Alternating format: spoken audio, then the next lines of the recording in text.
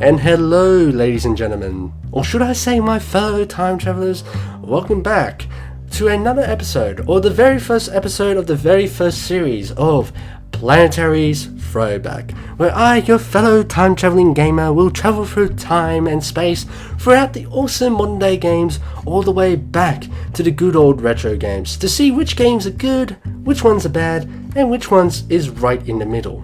In today's episode, we're going to be travelling back through time to 1999 to have a look at the most unique game that managed to use the DualShock controls as it is, and managed to become the main staple for two more series for the PlayStation 2. Yes, oh yes, we're looking at Ape Escape. Now be sure you grab yourself some popcorn and your carbonated drinks and enjoy the time travelling journey back to 1999.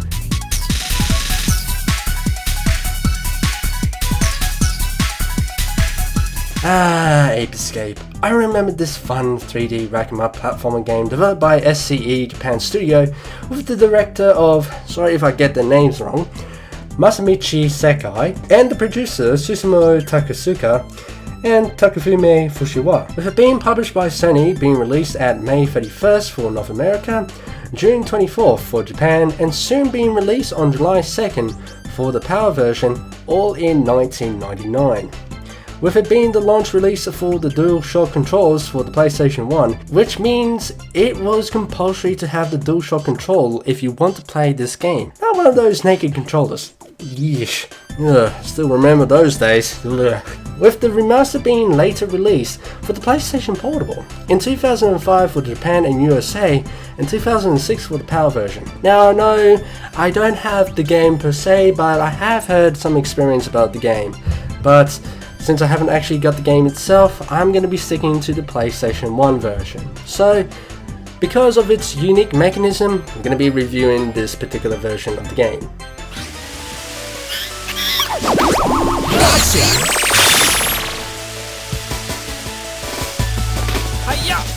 Right. Now, before I actually go into the story, I'll make sure I throw up this timeline here so you guys can actually play the game by yourself without any spoilers. I'll give you 5 seconds.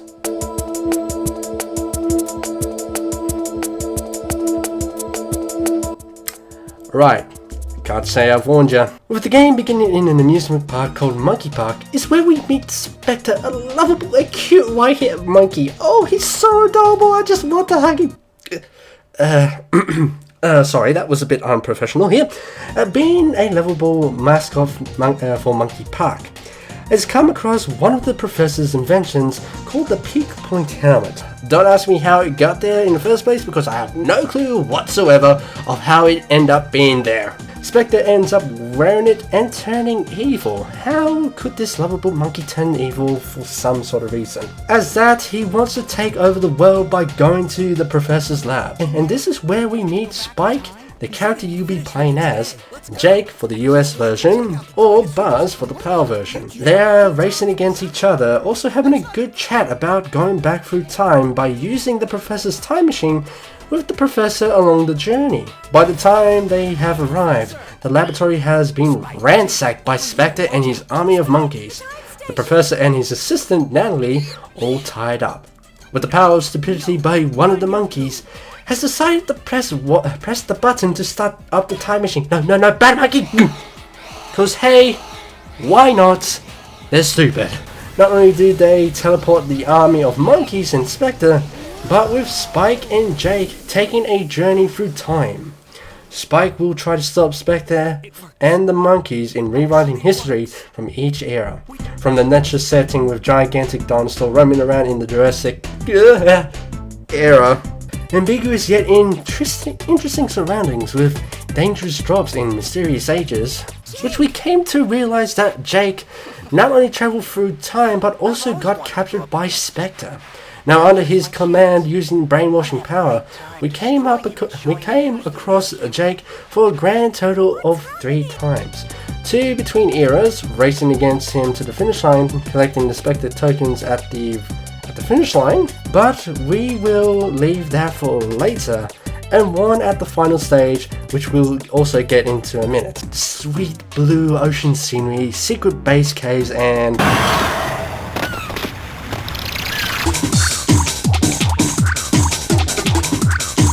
inside Dexter's stomach?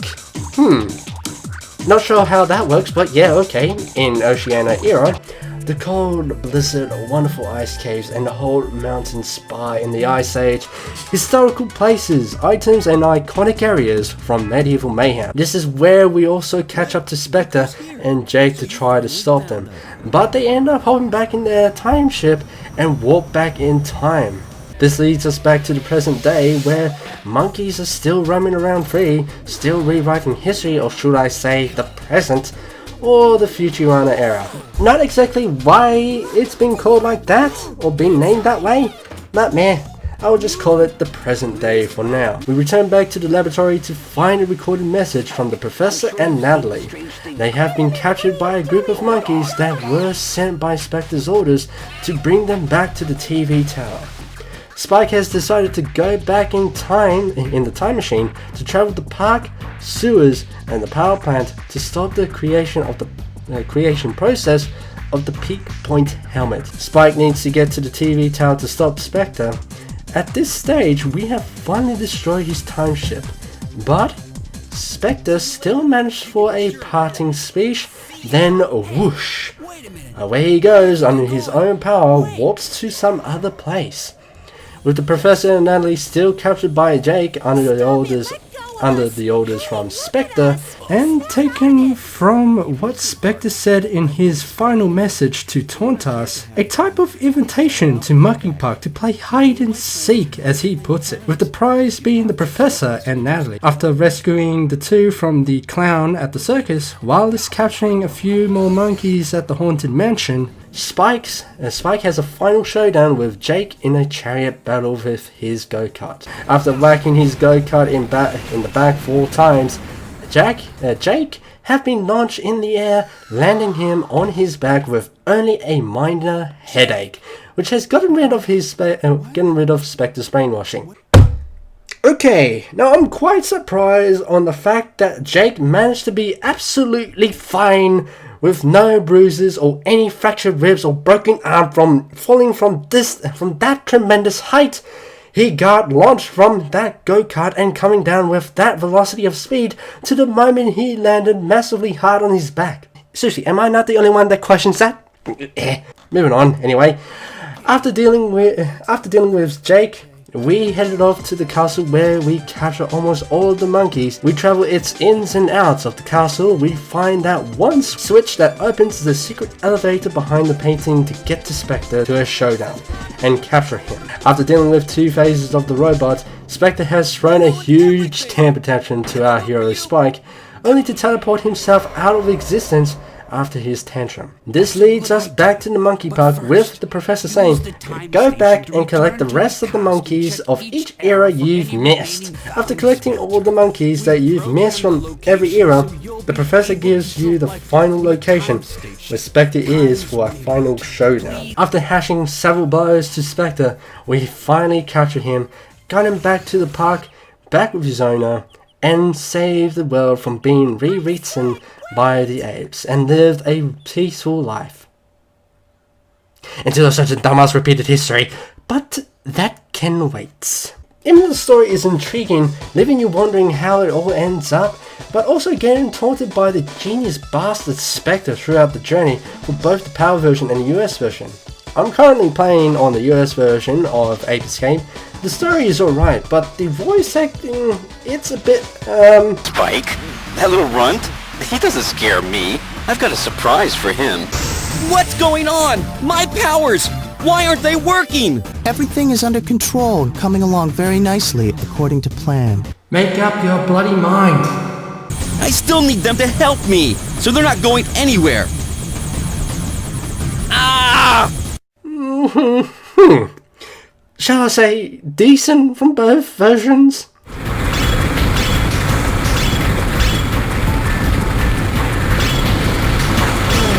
I cannot stress this enough. I just love the soundtrack that Ape Escape has constructed in each level, and that awesome intro as well. Oh, just wonderful music to my ears. But how you crawl in any level to sneak up on any of the monkeys, it goes to its lowest state of the soundtrack. Like, listen.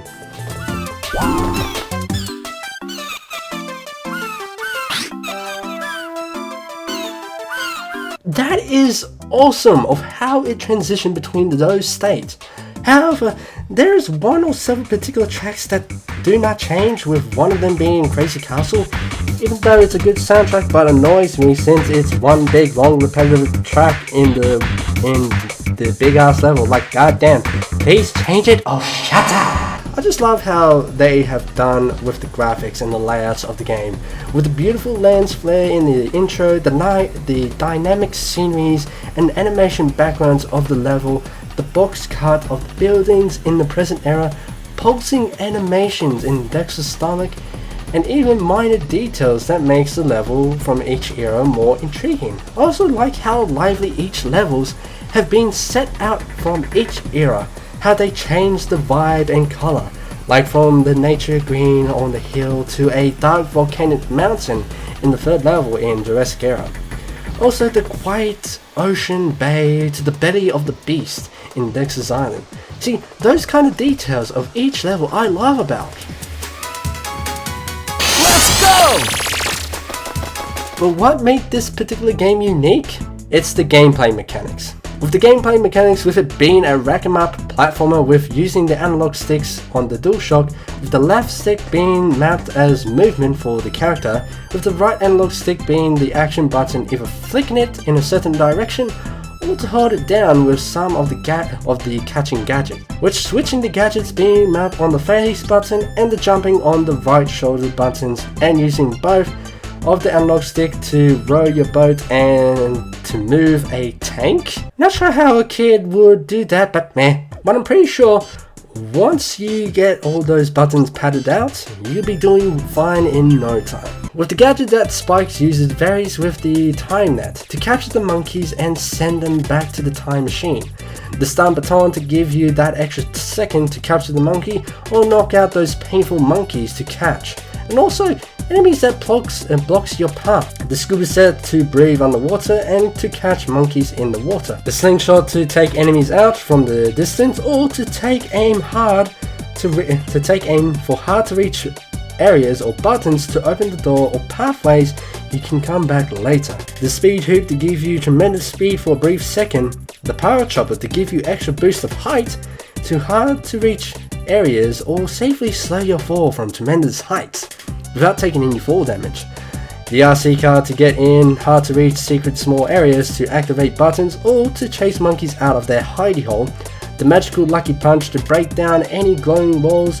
And the monkey radar I saved for last, because not only does it help you with finding monkeys and the set location of where they are, but it also indicates of the colored pants of what they are wearing.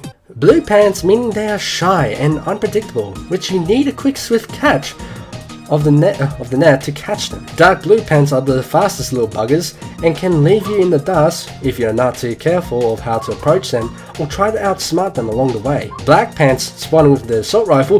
Holy shit, this monkey is packing heat! It's what most people may be thinking about that monkey, but don't worry, those monkeys are not much of a crack shot.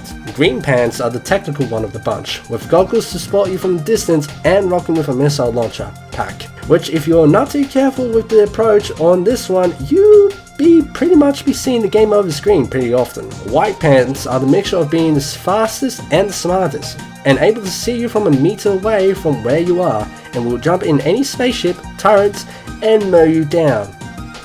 Or they will run away to find the next banana to eat. Red pants monkeys are the pain in the ass and insert name joke here. Well, bloody hell, you annoying little shit! These monkeys are absolute dead shots with their assault rifles and sporting with a bomb bag or missile pack to slow you down in your tracks, and are great escape artists, which makes you want to give them a missile shot with a slingshot. Yellow pants are the ones that I saved for last, even they are very common and are least expected, which means they got plenty of things up their sleeves. If they may be minding their own business, looking at the scenery or playing with objects, they can hurt you from shooting their ray gun, throwing stones, dropping banana peels to slow you down, and giving you a good old windmill punch to hurt you. Well, fuck me, I do not want to be closer to monkeys now if they can beat the living shit out of me. This isn't a simple see it and catch it. These monkeys will move and use anything from the environment around them to make sure you are dead. If you're not too careful, including those blasted enemies, which luckily we got cookies as health that we can collect by getting rid of them, getting rid of the enemies, or looking for those cookie jars. And these golden flavored Doritos, which if you collect 100 of those, you'll be able to gain an extra life, which it would be necessary to get extra life since the amount of closed death scenarios with those monkeys. Which, speaking of collecting, those Spectre tokens I've mentioned about from racing against Jake, yeah, those ones, they're everywhere in each level of every era. And what do you get from collecting those? Just mini games. They're used to test the DualShock analog sticks, which granted it can be fun for about 15 minutes. Stick Kids being a mini snow racing game with wonky controls for it. Cool borders this is not. Spectre boxing, fine as it is, seems, but it does get a little bit repetitive to knock the bloody monkey out. And Space Monkey, which actually I do enjoy it. With it being a 2D scroller free to move shooter, not sure if that's a thing, but fuck it. I had more fun with it. But at last, they are just mini games that were to test the analog stick. Oh yes, there's one thing I actually forgot to mention. There's no bosses. No, wait, what? Oh, well, maybe there are some bosses, but the Spectre boss fight and Spectre himself I could classify as boss. Even they bring some challenges of how to defeat them. I just wish they have mixed it up with their attack pattern to make it more interesting. Oh yeah, to get 100% you gotta collect every Spectre tokens and to do the time trial of every single level. But to just beat the game by getting to Spectre, you just only need to collect the remaining monkeys in each level from each era you went by. Is it worth it for the end? Well, you do get yourself a final showdown with Spectre, which, mind you, it's difficult when you face him for the first time, but the ending is just a bit meh. So if you want to just finish the game by defeating Spectre himself, just go collect the remaining monkeys, don't bother collecting the Spectre tokens, and don't bother trying to get the finishing the time trial. But what got me questioning, why give Spike the tank twice and the boat 5 times? Like seriously. Anyway, looking at this game as a whole, it is an awesome game to play and explore the levels in each era. It also packs a challenging aspect when it comes to chasing monkeys in different environment and obstacles in each era, but I wish that they have actually put a more challenging aspect for the bosses.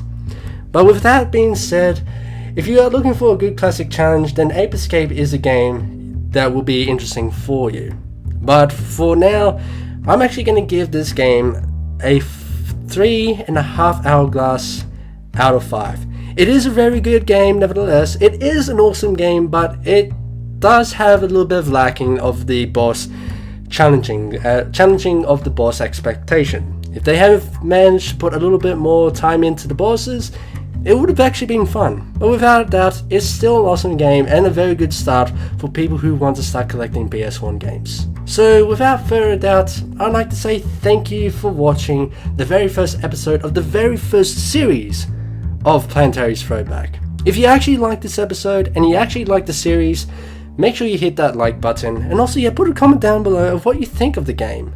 But if you're new to this channel, make sure you hit that subscribe button and keep up to date for any of the videos that I'll be uploading every now and then of Planetary's Throwback. But also to look back at the previous Planetary's Throwback, which I will throw that up in the end card so you can have a look at the previous 2 of 1944 The Loop Masters and also Time Crisis 2. But until then, ladies and gentlemen, this is Planetary signing off, and I'll see you guys for another episode for Planetary's Throwback, where we'll be looking at so many wonderful games, either from the modern day games or the retro games. Until then, I'll see you guys next time. Ta-ta! Greetings, ladies and gentlemen, or should I say my fellow time travelers. My name is Planetary, and welcome back to another episode of Planetary's Throwback, where we travel through time and space from the awesome modern day games all the way back to the good old classic retro games to see which one is good, which one is bad, and which one is in the middle. In today's episode, both me and Russ will travel through time back to the Future of 1985. Huh? What?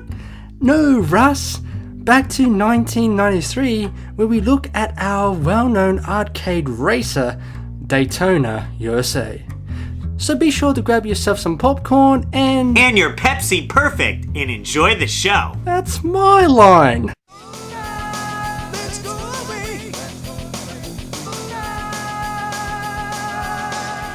Developed by Sega AM2 and published by Sega with the director, producer, and designer, sorry if I get the name wrong, Toshiro Nagashi, comes a well-known arcade game called Daytona USA, with the game being released at the arcades in 1993 for Japan and worldwide in 1994, later being released in 1995 for the Sega Saturn and getting a HD version on 2011 for the PS3 and Xbox 360. At the beginning of 1995, the Sega AM2 or the Sega Saturn division were split up into different sub-departments. Each department were in charge of porting over the 3 arcade games to the Sega Saturn, which those were Virtual Fighter 2, Virtual Cop, and Daytona USA. Due to the slow process of porting Daytona USA, a number of members have been reassigned from Virtual Fighter 2 to Daytona USA to give a helping hand to make the port complete and ready to be released on the Sega Saturn on April 1995. But since that game and console are very rare, which may break my bank, literally, luckily we are going to review the HD ports on the PS3 and Xbox 360 and the arcade version of Daytona USA.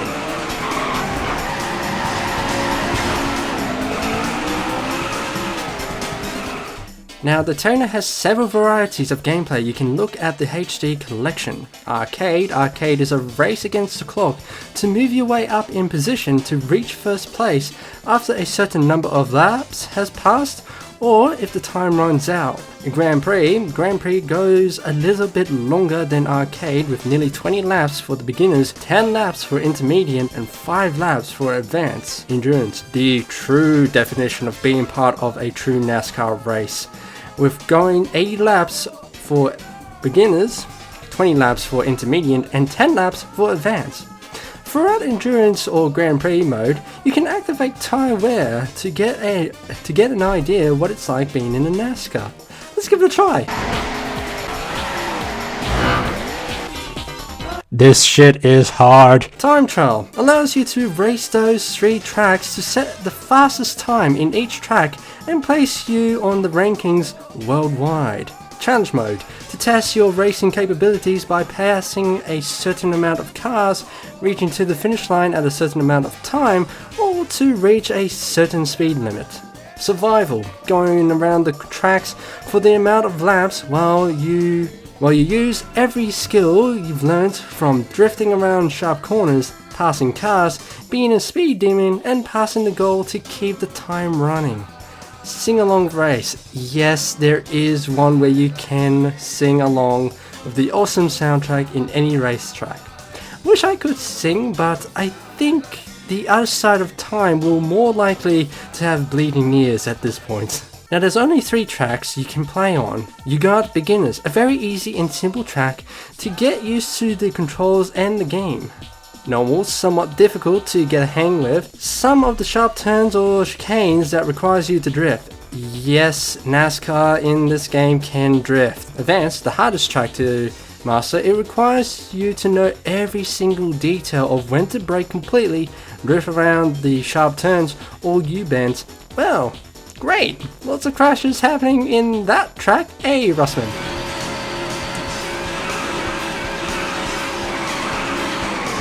Now, since there's 3 separate versions of Daytona USA, we both will be looking over all 3 of them, of graphics, soundtracks, and the control system of it. Now, I'm lucky enough to live in the area where they still have arcade machines. A place called Barcade, which offers drinks, food, and, well, of course, arcade games. Sitting in one of these really brought me back to the 90s. I was reluctant to find that there was no seat adjustment, so good thing I have long legs. If you're under 5'8", well, you'll have to scoot up. Could have just been the machine I was in, but You do have the option for manual or automatic, which gives you less to worry about. The race begins, and you're off flying through the checkered flags. You do get a few different view options, which I like. First person and third person at various distances. The music in the game is really rocking and keeps you in that high adrenaline mode, so I think it fits perfectly with the series. The one thing I never liked about Daytona USA games is the steering. It's very sensitive, so taking those turns you want to be careful and let up on the gas some. It's a race against the clock, and when you run out of time, it's time for more quarters. This is an arcade game, so it's designed to make some money. You'll have to get good at the game if you want to progress, and that's going to cost you some coins. Now, since I've just had little experience with the Sega Saturn since I've just emulated it, yeah, I know. Send me to prison and throw away the key and call me the game thief. But anyway, getting back on topic, Sega team ported this game to the Sega Saturn, and looking at it, it aren't worse for wear. The graphic looks a bit good, but slightly choppy, with the graphics appearing in sight is a bit harsh on the eyes, and a little bit late that you might run yourself into a wall. Well, crud. As for the controller, you got the C button to accelerate, the B button to brake, while the shoulder buttons are to change views and the up and down button to change gears. Which I think it should be implemented on the remaining face buttons. But with the Sega Saturn, there's only two versions of race types, which I forgot to mention in the previous segment. Arcade and Sega Saturn. Arcade's just as normal as the arcades, race against the clock while climbing up the ranks to reach the finish line. And Sega Saturn mode is the normal mode to just relax, race against the computers, reaching up the ranks and getting first place. No timer to go by. Why couldn't they do that on the HD port? As for me, not being lucky in the area I'm in, and with time, I don't see many arcades having this awesome gem around, but luckily for gamers who want to relive this awesome memory of being behind the wheels of a NASCAR, you can get it on the PS3 and Xbox 360, with the game being the port version of the arcades. It still has the awesome graphics and the awesome soundtrack, but with a fresh coat of paint, of display going to 720p or 1080p, depending on the display you are using, and booming audio. You can relive the arcade port in higher definition at home with your friends and family. As for the controllers, you got your R2 or RT to accelerate, your L2 or LT to brake around sharp corners, the left analog stick to turn your race car, and same like the arcades. If you choose manual or auto, the face button is to shift gears, while the D-pad is to shift into different camera views. But unlike the arcade, no need to cough up a lot of coins. You can game over as much as you want, or reach to the finish line as much as you want, and just start up a new race within seconds, and change difficulties of the races and timer. Best stick to arcade difficulties for the true arcade experience.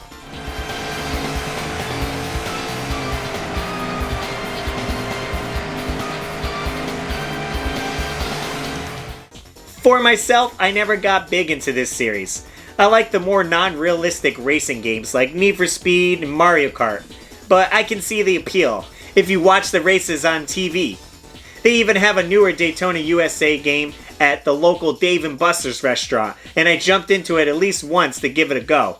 I mean, nothing beats sitting in a racing seat and grabbing the steering wheel and having some fun for 3 minutes while you're virtually smashing up a race car. As for me though, there's some sides of this arcade gem either at cinema or for some reason bars.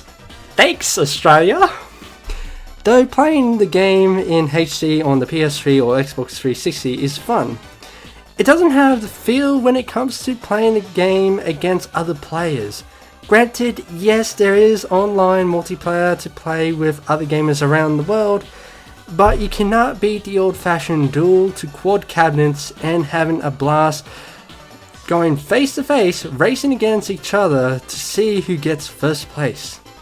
Even to this day, there is new versions of Daytona USA, but nothing can beat the original that Sega AM2 have put in time and effort into this particular gem. So in conclusion, this game is a very fun game to play by arcades with mates, other than waiting online for 2 to 7 players to start the game.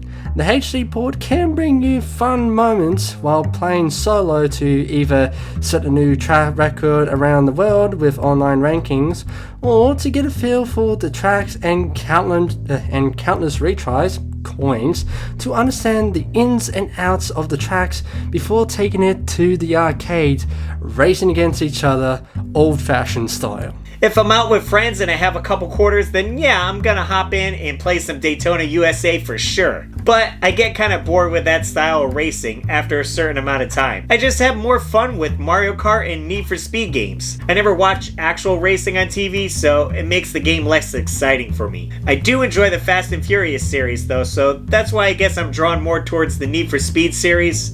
And well, Mario Kart, it's for obvious reasons. So, for me, Planetary will give this game a 4 out of 5 hourglass. And I give it a Russ Lyman rating of 3 out of 5 Cosmic Brownies. Awesome. So thank you for watching another episode of Planetary's Throwback with special guest Russ Lyman.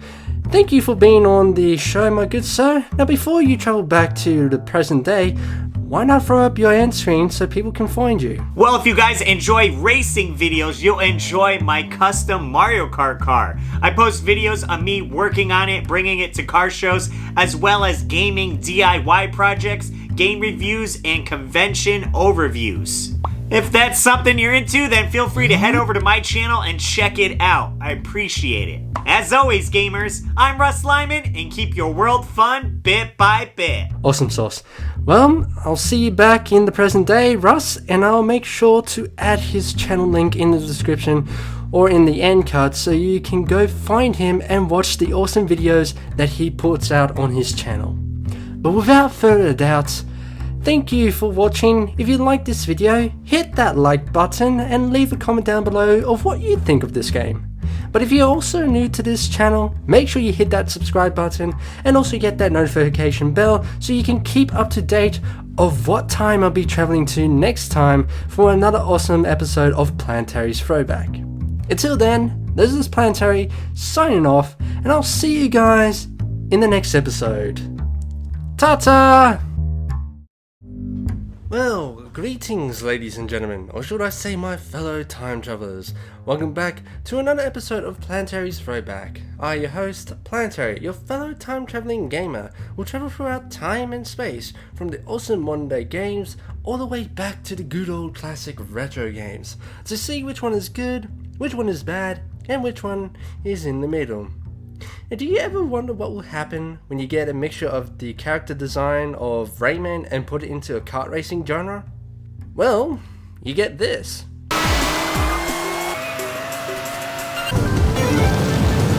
Yes, in today's episode we're travelling back through time to 1999 once more to look back at this kart gem for the PS1. Yes, we're looking at Speed Punks for the USA or Speed Freaks for PAL versions. So sit down, relax, grab yourself some popcorn and your carbonated drinks and enjoy the cartoonish kart racing genre, Speed Punks. With this game being released at the late 1999 of September 15th, developed by Funcom Dublin Ltd, comes Speed Freaks or Speed Punks being released for USA on 31st of March 2000, only exclusive for the PlayStation 1. But during the process of releasing the game for USA PlayStations, Sony has acquired the license to publish the game for the country in early 1999, but was held back due to the release of Crash Team Racing. In this cartoonish kart racer, you have 6 races to play as, and with their stats. With the stats looking at speed, acceleration, and weight, which I'm guessing weight has to deal with the turn of the racer and kart. These racers are Tempest, a hot-headed kid that has been skipping the most locked down boys' school. What? being focused to have the top speed but having trouble turning with sharp corners. Monica, a sweet lady but with a badass attitude that loves the thrill of racing against other racers, with her stats being in the middle with all 3 stats. Buster and Wedgie, a comedy slapstick duo that will do anything to hit other racers or themselves. As for their stats, like Tempest, they focus on speed, but as for weight, with both of them being on one card, their weight is 4 stars. Monty, a boy that adores racing, loves the wind of air hitting him in the face. Like Monica, all 2 stars in all 3 stats. Tabitha, a spoiled little brat that managed to get a card from her rich ass dad. Like bloody hell. You spoiled little brat, get a job and get it yourself. Sorry, going off topic there. With her being the lightest, focusing on acceleration and sharp turning with slow top speed. Brains, smart kid that was testing the card capabilities while his mother was on the cart. After a certain test gone wrong while his mom went flying through the roof, he took it upon himself to be behind the wheels and start racing. Same as Tabitha, Brain has the same stats as her, focusing on acceleration and sharp cornering, but not top speed. And 3 bonus characters to unlock, which I will explain that later. Cogsworth, Monty's dog that will follow his owner and for some reason driving a go-kart? How the bloody hell can a dog drive? Actually, never mind. Seeing dog learning how to drive in real life, which makes my point mute. Anyway, with his stats being 3 stars in speed and acceleration and 1 star in weight. Tetsuo, a somewhat car fixer with a ninja personality, which I say, that's a bit weird, but then again, this is a cartoonish world, so anything goes. With his stats reaching 3 stars on weight and top speed, but a 4 on acceleration. Beamer, a bot that was made by Brains to be the fastest bot racer in Speed Freak, with him having a 3 star of weight and 4 stars on top speed and acceleration, and holy smokes, he is that difficult to handle him. With those 9 racers, we'll race to see who will get first place and become the true Speed Freak.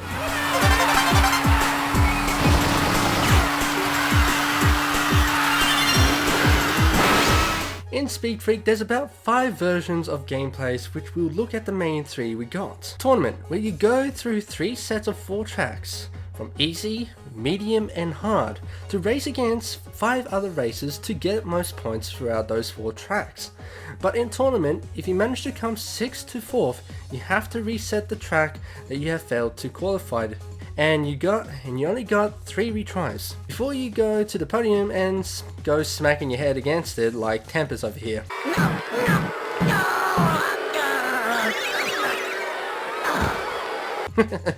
As it being a kart racer, there's going to be items in this game to add a bit of challenge and fun for the players. With collecting items, there's something unique about it.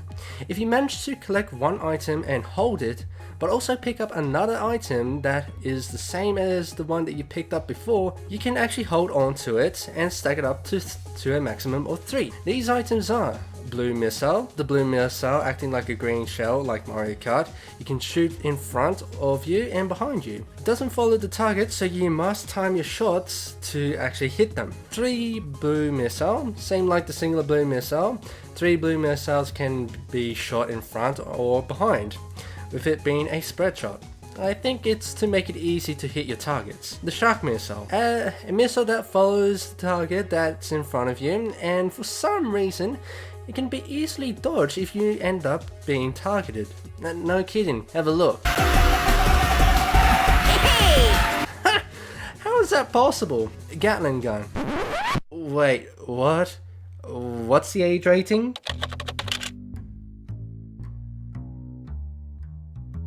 Right, Speed Freak, care to explain this? Anyway, the Gatling gun can shoot countless bullets either in front of you or behind you, but it takes mostly 6 hits to make a player spins out. Invisible Serum, acting like an invincible star, you'll be able to avoid getting hit by other items and also able to hit other racers along the way. Talk about being hit with an invisible racer.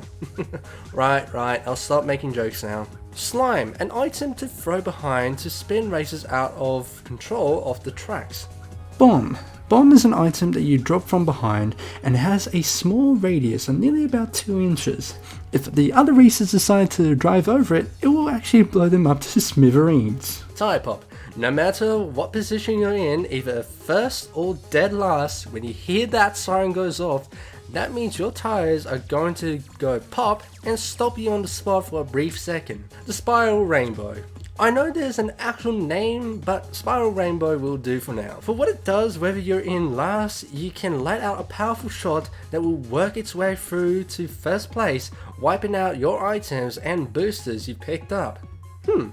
One way to taste the rainbow, motherfucker! Boosters and golden boosters. Boosters are spread around the tracks, so wherever you collect them, the bar on the top right will go up, and you can use it to gain some tremendous speed to close the gap between you and other racers. As for golden boosters, you can get it by picking up an item block or by keeping an eye out on the track to collect it. Once you collect it, you can recharge your boost gauge to max. Now these items will help you out to make it easy for you to reach first place, or a nightmare to deal with, especially some racers coming in second place collecting the powerful items, and for some reason it's a total prick about it.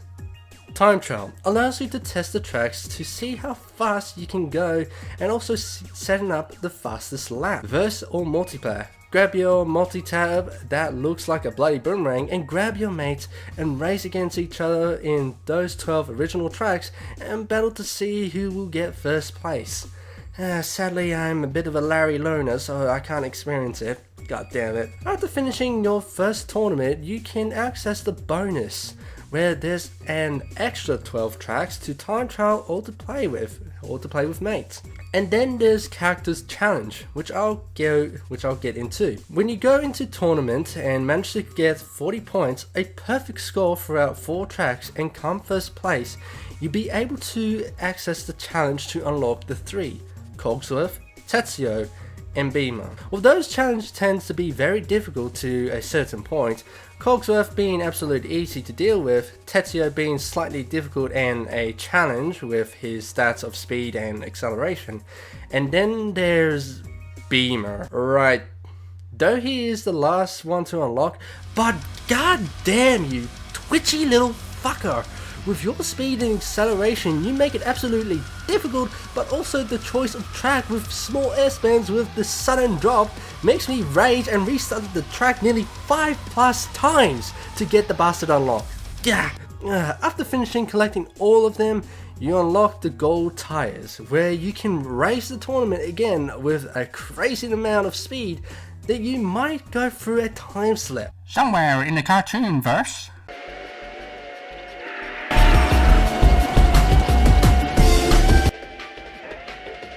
Is it getting bright in here, or is it just me? No, why is the TV getting brighter? Something's coming out. Guys, what's going on? It's coming out! Social security now, fuckers! Looking at the gameplay of Speedpunk, it's heavily relied to use the drifting mechanics to turn corners with some slight of ease. Might be easy to pull off with characters that have less weight stats, but it could be a sudden nightmare with heavyweight racers like Buster and Wedgie and Beamer, which I'll go into more details of the drifting mechanics later.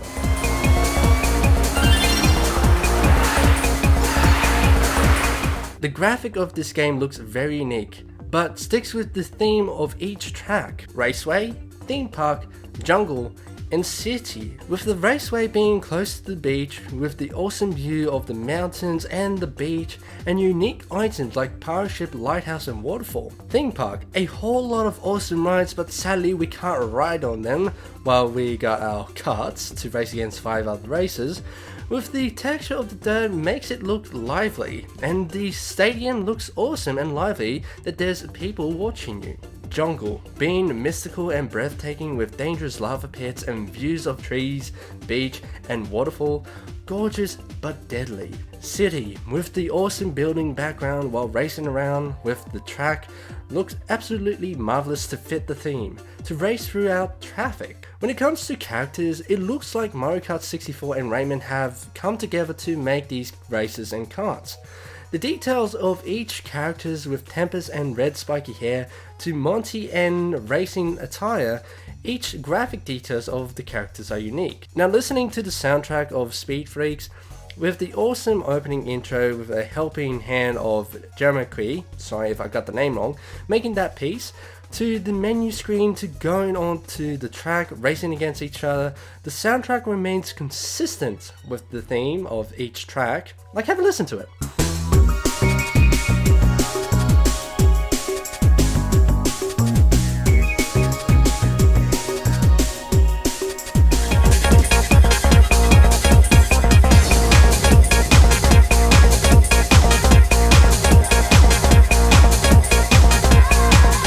Though the soundtrack remains the same throughout the game, it's somewhat good to listen to. The controls are your average kart racer. You got the X button to accelerate, the square button to brake, and your D-pad or analog stick to steer the cars. Now, we got our shorter buttons, we got our R2 button to use our boost. As you can see it on the top right of the HUD, the more booster you have stored up, the faster you can go for a brief second. Your L2 button to use your items, and like Mario Kart with the missile and Gatling gun, you can shoot the items from behind by holding down the down on the D-pad or analog stick to fire it backwards. And both L1 and R1 is to drift. Now the drifting mechanics in this game is far more different like Mario Kart and Crash Team Racing. Other than jumping and turning left or right to start skidding, Speed Freaks is just hold the button and turn left or right to start a drift. For some reason, back then when I was young, it is a difficult thing to master it. But how quick you have to start drifting from the start of the sharp corner to the point of turning sharply to the end. Unlike some corners, yes, I'm talking to you Raceway 3 and Jungle 3, but looking at it now, it feels good to master it at some point.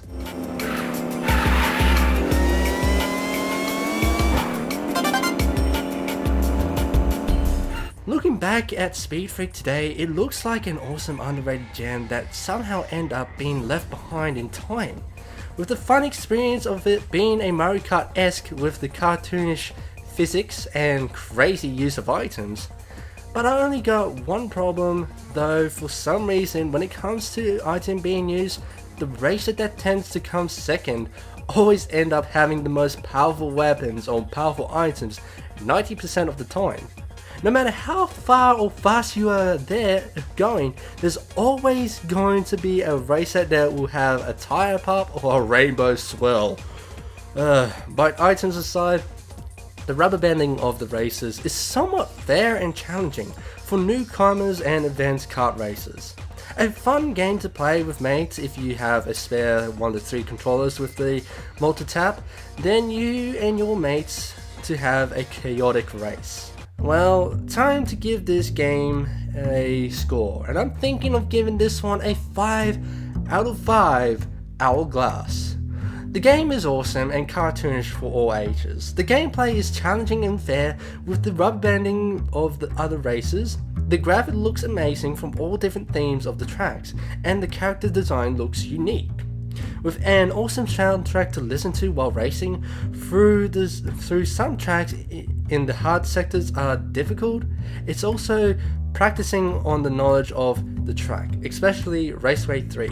The game overall is easy to pick up and to get into and have lots of fun with your mates or to challenge yourself in investing your own time. If there's another opportunity to make another remastered game, please bring this one back to light. It will be a marvelous piece to bring back for the PS4 or Xbox One or the Switch.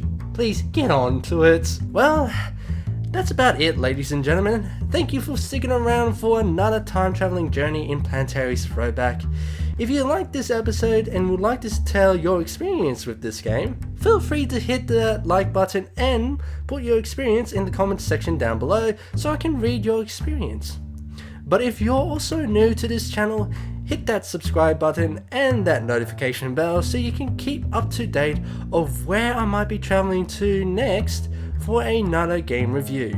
But until then, this is Planetary signing off, and I'll see you guys next time. Ta-ta! Hey guys, Future Planetary here. Now before you leave the video, I'd like to say a big massive thanks to my good mate Jorgogo Arts, who actually helped me out with the animation skit that you have seen earlier in the video. He actually does game reviews in his own animation styles, and he's actually currently working on his own gameplays on Dark Souls Remaster. Now please, do go check him out. He is an awesome bloke. He is a very funny bloke. I'll make sure to put a link in the description down below, but also I'll put him up on the end screen so you can actually go check him out, and hecky, go subscribe to him. He is an awesome, funny bloke. If you like animation at his own style, go check him out. It's definitely worth your while. But until then, I'd like to say thank you for watching again, and I'll see you guys in the next episode. Ta-ta! Greetings ladies and gentlemen, or should I say my fellow time travelers. Welcome back to another episode of Planetary's Throwback. Your host, Planetary, your fellow time traveling gamer, will take you on a journey throughout time and space, from the awesome modern day games all the way back to the good old classic retro games, to see which one is good, which one is bad, and which one is in the middle. In today's episode, we're traveling back through time to 1991, where we look at our well-known animated family in yellow that has been with us on TV for nearly 30 years and have 30 plus seasons with some funny slapstick comedy. It's time to look at the Simpsons and their very first beat-em-up arcade, the Simpsons arcade game. Don't ask me, and yes, that is the actual name of the game. So, sit down, relax, grab yourself some forbidden donuts and your Duff Dry, and enjoy your journey back to 1991 for the Simpsons arcade.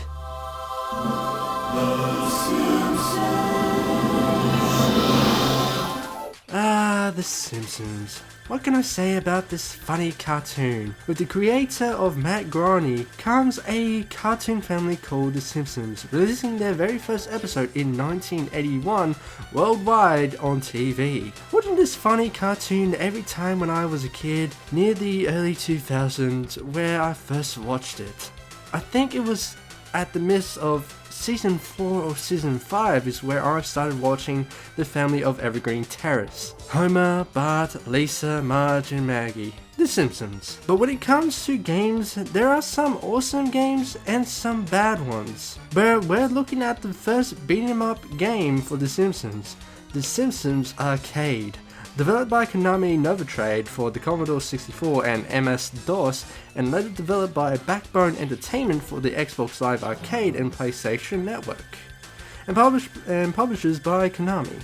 With the arcade, MS-DOS, and also the Commodore 64 released on 1991, and getting the HD version for the PS3 and Xbox 360 in 2012. And if I remember, there was a mobile version of it, but for some reason I cannot find it. Oh well.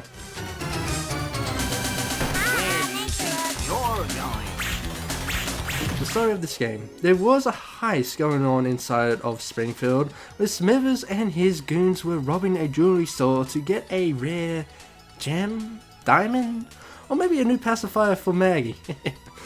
As when the Simpsons were going out for a casual walk around the city of Springfield, both Smithers and Homer ended up bumping into each other, sending the diamond flying up to the sky for a bit before landing right into Maggie's mouth, thinking of it as a dummy. With the diamond being stuck to Maggie, Smithers has decided to grab her and the diamond and make a run for it. Now the Simpsons, Homer, Bart, Lisa and Marge are on the chase to get Maggie back from Smithers, but have to fight their way through the entire location of Springfield, from the city, forest, graveyards, graveyards with zombies? Oh boy. Underground bar and your own dream nightmare? After going through all of it, the Simpsons made their way through to the nuclear power plant to stop Smithers and the mastermind, Mr. Burns. After dealing a gauntlet battle of the two, the Simpsons saved Maggie and started heading back home as a whole, and probably getting ready for the next slapstick journey they got in store.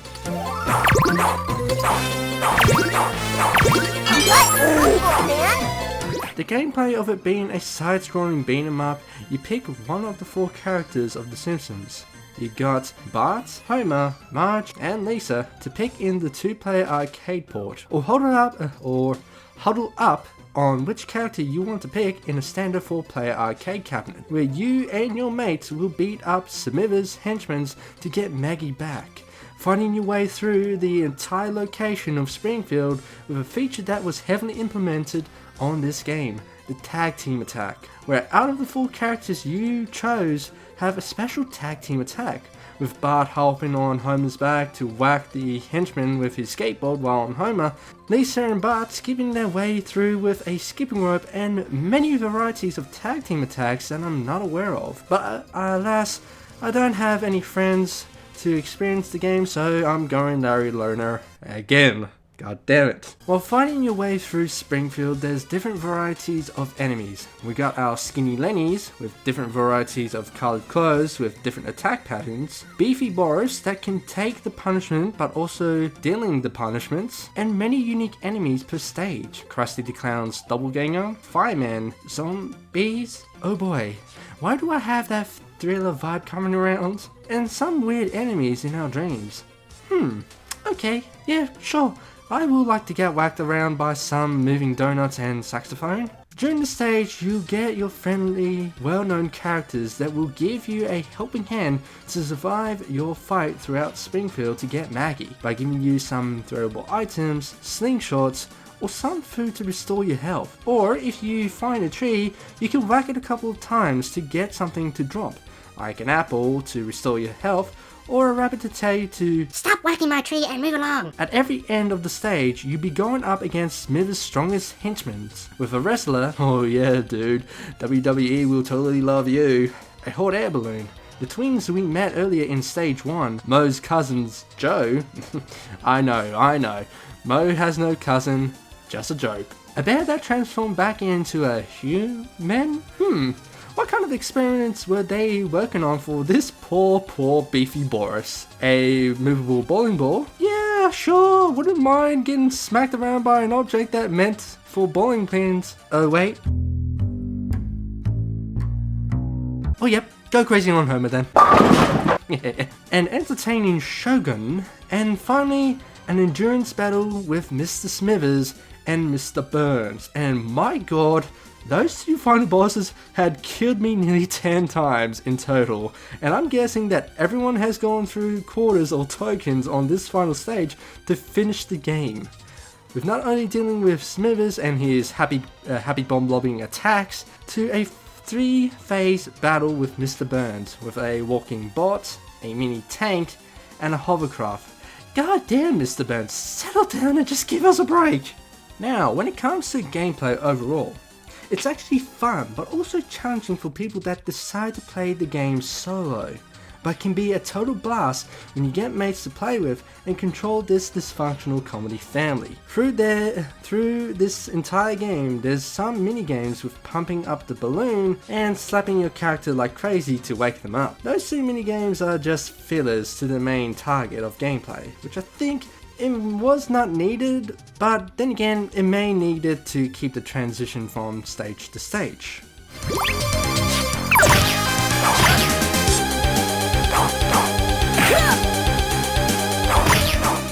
The Simpsons arcade, with it being a simple arcade, the controls are easy to use, with the arcade using the stick to move the characters of choice and the first button to jump and the second button to attack. When hitting both buttons together will let out the characters doing their strong attack. Now, knowing other beat 'em up games like Ninja Baseball Batman and TMNT Turtles Through Time, When they use their heavy attacks, they lose health, but in this game, you don't lose health at all. With this game later being released for the PS3 and Xbox 360, the controls remains the same with the analog stick to move your character and your X and A button to jump and your square and X button to attack. Looking at the controls and playing the game, it actually feels smooth. Not a single drag of frame rate and jittering. And after hitting the henchman, the graphics and animation looks amazing for it being an arcade. Speaking of graphics, let's talk about it.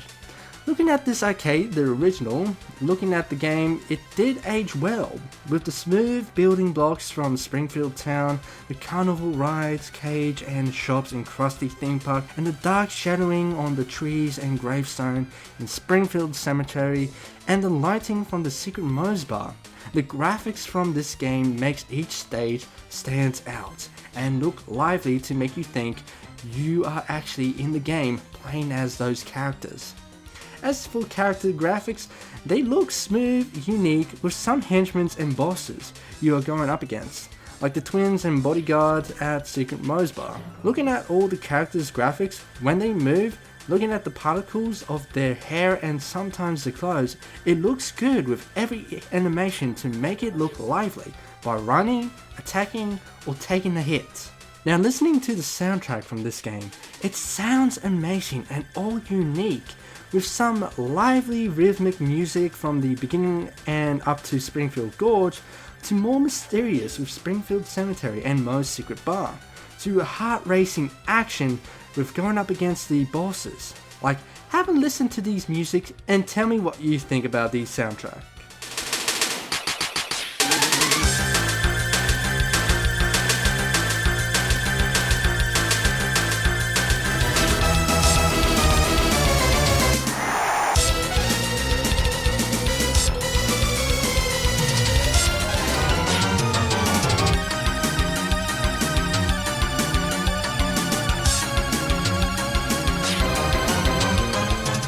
I would give a big massive thanks to the music composer for keeping it in theme with what The Simpsons is all about. Funny and wacky.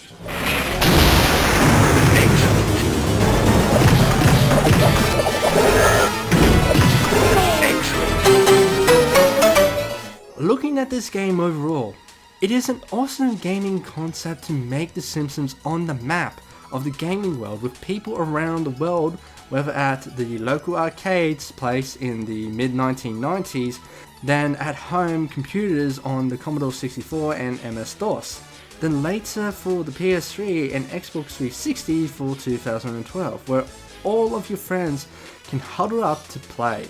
When it comes to my personal experience of the arcade game, yes, I did emulate it since the digital copy of the game was pulled out of the game store, both PS3 and Xbox 360, and looking for the Commodore 64 and MS-DOS, it will be a nightmare for me and could possibly break my bank to look for it.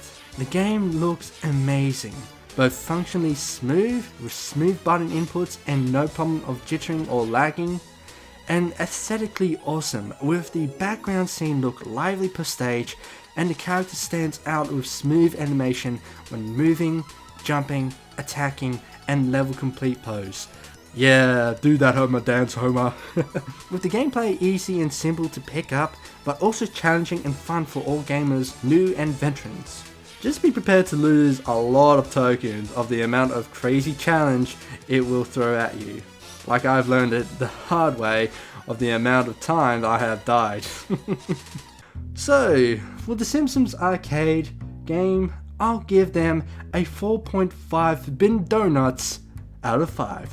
Yeah, all I can say is, if you're able to find it on MS-DOS or on Commodore 64, or you all managed to get the game before it was taken down from the store, or you got it emulated, go grab your mates, grab some donuts or peanuts with some soda, and have fun working together throughout this awesome arcade jam, and relive the awesome childhood memories and talk about some of the awesome episodes of The Simpsons. The game is something to have for your beat 'em up collection, and if for some reason, if someone managed to give this game a remastered port for the current gen console, it will be something I will play again with my mates of my family and enjoy the funny, wacky, cartoon, slapstick comedy. Well, that is it, my fellow time travelers. Thank you for joining another journey throughout time and space, looking at games one journey at a time. If you enjoyed this video and would like to share your experience of this game, then make sure you hit that like button and also put down your experience in the comments down below so I actually can share our experience of what we like about this game. But if you are a new time traveler, feel free to hit that subscribe button and notification bell and join the journey throughout time and space where, who knows, we might find another game to look at. But until then, this is Planetary signing off, and I'll see you guys next time. Ta-ta!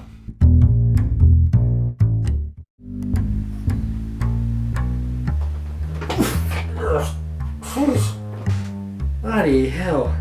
If I want to be a little bit more efficient when it comes to time traveling and using game portals to get from different worlds, I might need to go back to the drawing board to actually understand how they work. Oh! I didn't see you guys there. Just give me a sec. Greetings, ladies and gentlemen, or should I say my fellow time travelers. Welcome back to another episode of Planetary's Throwback. I, your host, Planetary, your fellow time traveling gamer, taking you guys throughout time and space to look at the awesome modern day games all the way back to the good old classic retro games to see which one is good, which one is bad, and also which one is in the middle. Oh boy, looks like we're traveling back to 1999 once more. Man, I might as well change the show name to Planetary's Traveling Back to 1999. To look back at our well-known Namco mascot transitioning from 2D to 3D, our yellow circle, dot chomper, fruit collector, ghost ass kicker, Pac-Man, in his first debut in 3D and also on the PlayStation 1, Pac-Man World 20th Anniversary. So sit down, relax, grab yourself some popcorn and your carbonated drinks, and enjoy your journey throughout 1999 for Pac-Man World 20th Anniversary.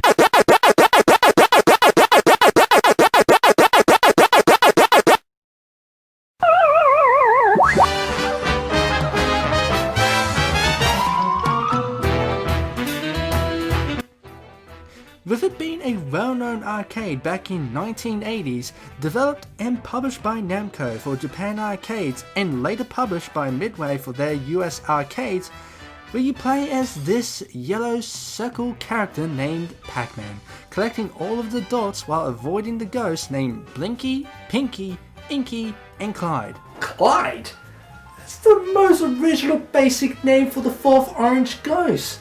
Why not just give him Dinky, Jinky, Tinky, or bloody hell, even Sinky? But then again, Sue was the fourth name for the fourth ghost, so I can't really much talk. Which everyone back in the days will huddle up to this arcade cabinet at any arcades, put in their tokens or quarters to set up their high scores to become the kings of Pac-Man. Which still carries on to this day. People are still trying to set new high scores to become the new king of Pac-Man.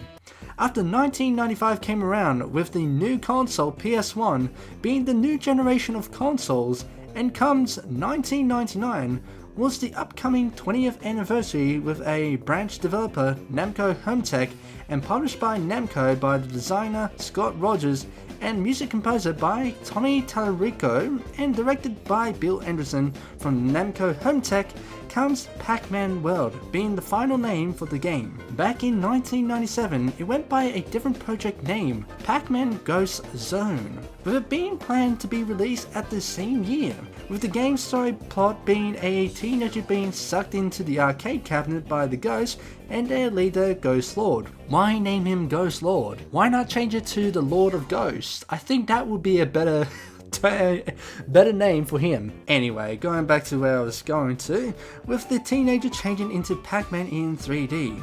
With Anderson recalled not able to render 3D models for characters, well, I can't blame you, not to worry about that, Anderson. You're not the only one that can make 3D models. After several attempts with Anderson, Rogers, and Tallarico, they sent the prototype to Namco and was not approved and cancelled due to quality reasons, which leads to firing almost the entire development team aside from Rogers, an artist, and a programmer, which leads to Namco to push the release date to 1998 to allow the game to be reworked on the new game engine, which leads to 1999 where Pac-Man is born. Though Pac-Man made its way to the 3D world for the PlayStation 1, Pac-Man wasn't given a voice due to Namco unable to decide what voice Pac-Man should have for his jump on the PS1. Some decided that he should sound like an adult. You're kidding me, right?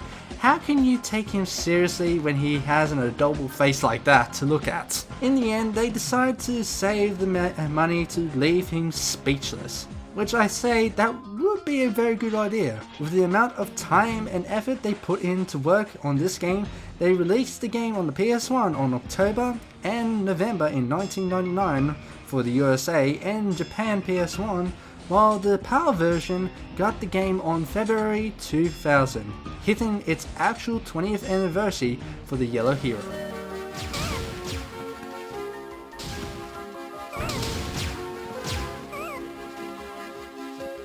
Now, before I get into the story, if you ladies and gentlemen haven't played this game but would like to play it somewhere along the line, then I suggest skipping to this timeline here before I go on.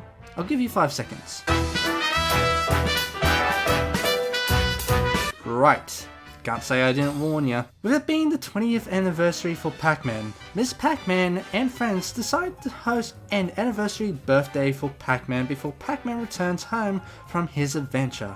But during Pac-Man being gone for a while, Miss Pac-Man and friends have been kidnapped by a variety of characters, with the dog being dragged into the hole from the mummy. Oh, poor doggo, why drag the doggo through the hole? Baby Pac-Man and a Dig Dug cameo getting anchored by a pirate ship and clowns. Ouch, you okay there, bud? Grandpa Pac-Man getting abducted by aliens. Child Pac-Man with a robot. Oh, this is so adorable. What the hell?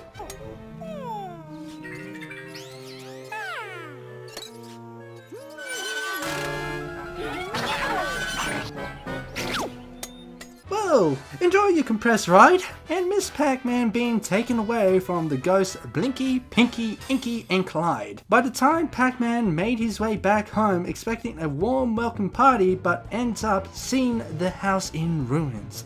After looking around the house for the damages, yeah, looks like the amount of dots you've collected won't be able to cover the house, my good sir. An invitation to the Ghost Island lands on Pac-Man's face, saying it's a party for Tockman. Shaking his fists in anger, takes a boat to reach Ghost Island to save his friends while on his way to Ghost Island. One of the ghosts spotted Pac-Man and made a dash to Tockman to tell the real, what did that ghost say? Badly, I might add, to impersonate you, who is clearly the real Pac-Man. What he said. After realizing that they captured Miss Pac-Man and, as a misunderstanding, being the actual Pac-Man, how is that possible? How can you mix up the two? One is wearing a bow tie and the other one doesn't. Well, ghosts are dumb sometimes. Anyway, after realizing the real Pac-Man is coming, Tockman sent out his lackeys to destroy Pac-Man. Well, going a little bit dark side there, are we, Tockman?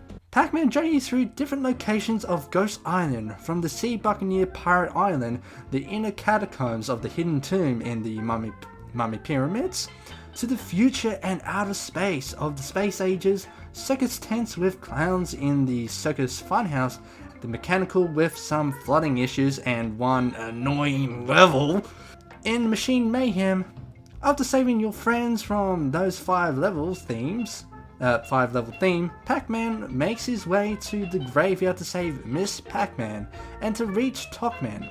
After a good battle with Pac-Man vs Tuckman, Tuckman malfunction and open up to reveal who's Tuckman. In this Tuckman is just an envious ghost being sad that he can't live like a ghost but wanted to be like Pac-Man. Oh, don't worry little ghost, Pac-Man will be happy to take you in and live a life like a Pac-Man, eating fruits, collecting dots, and eating a power dot. Wait, what are you doing, Pac-Man?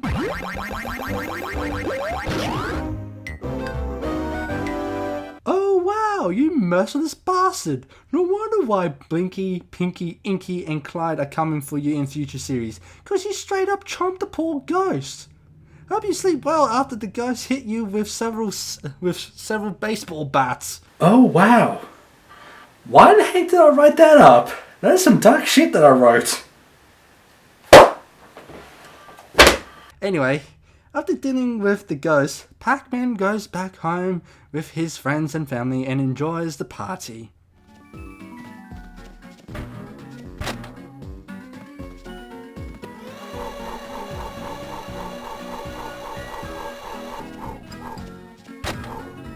With it transitioning to 2D Maze Arcade to being a 3D platformer game, Pac-Man have to travel throughout 6 worlds as I explain in the story.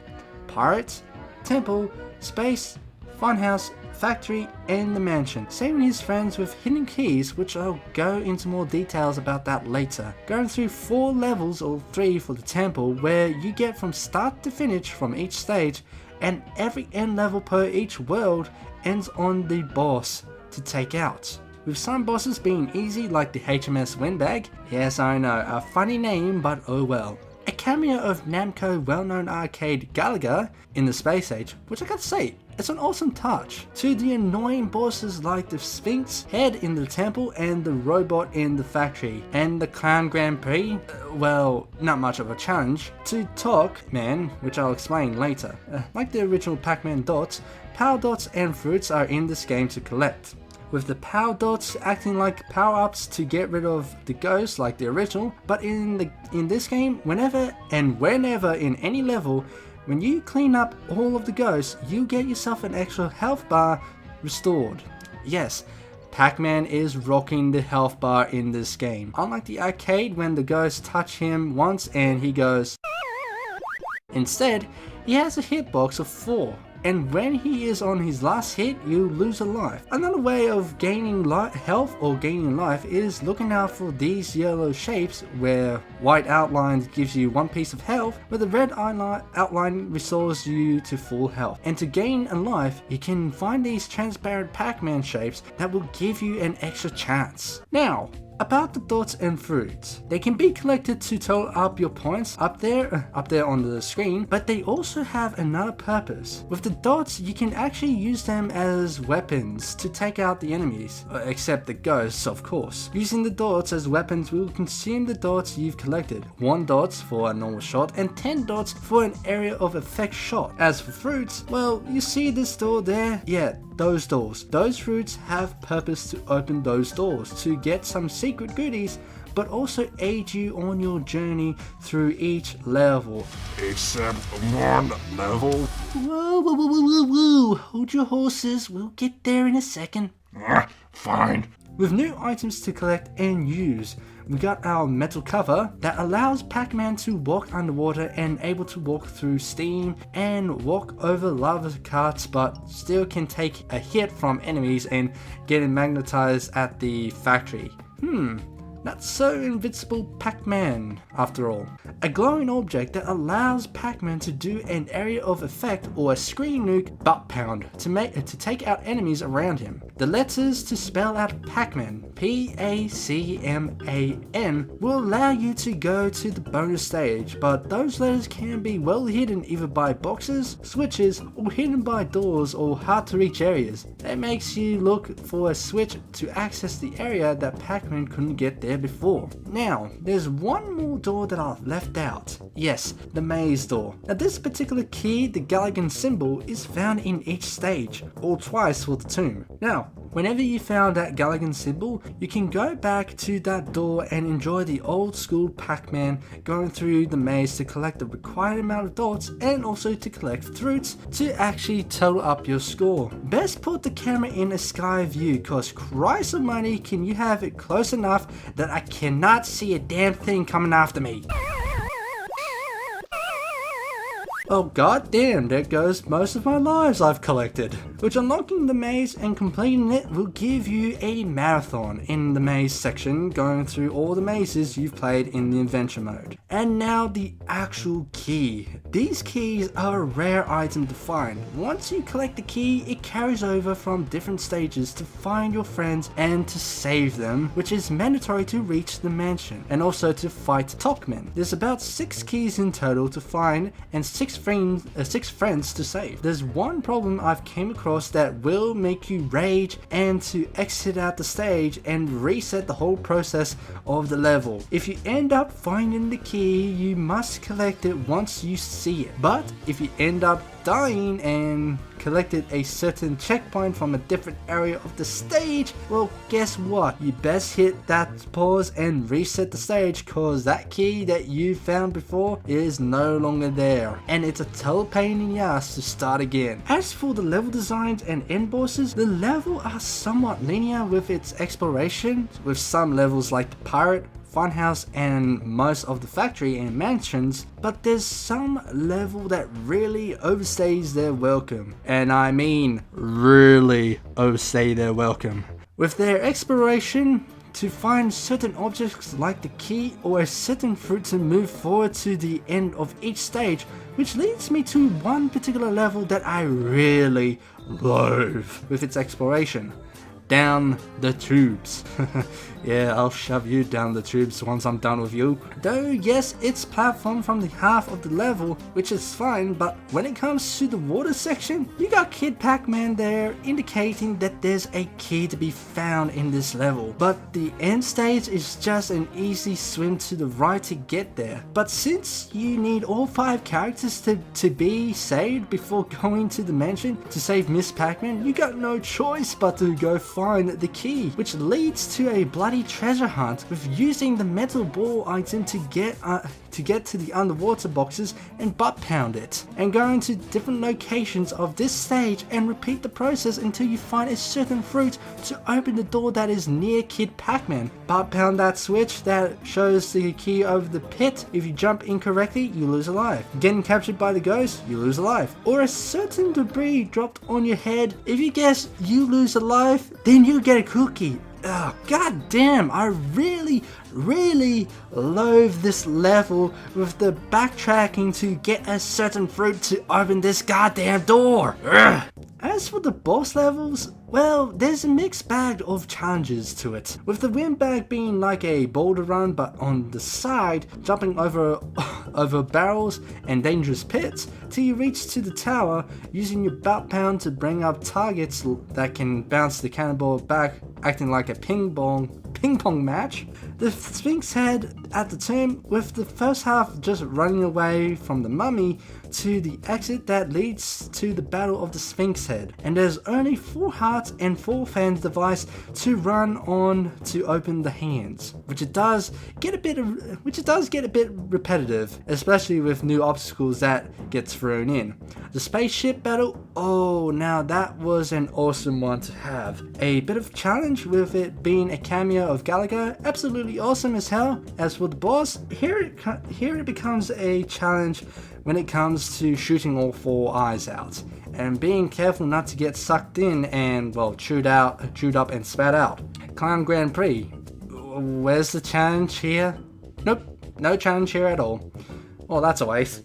The robot battle. Right, this boss takes the longest one to deal with.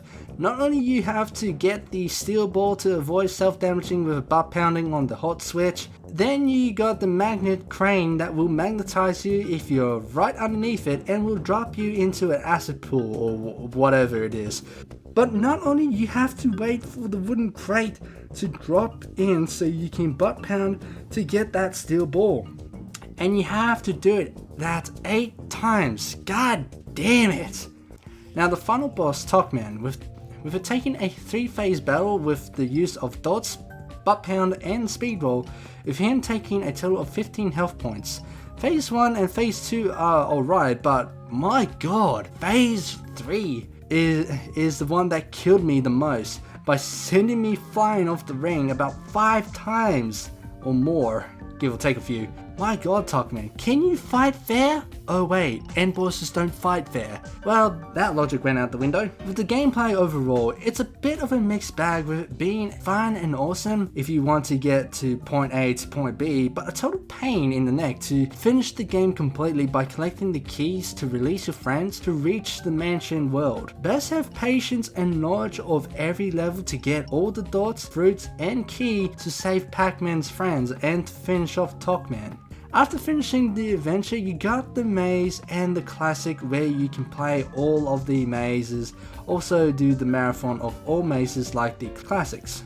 Speaking of classics, you can play the original 2D Pac-Man to relive the awesome childhood memories of the arcades.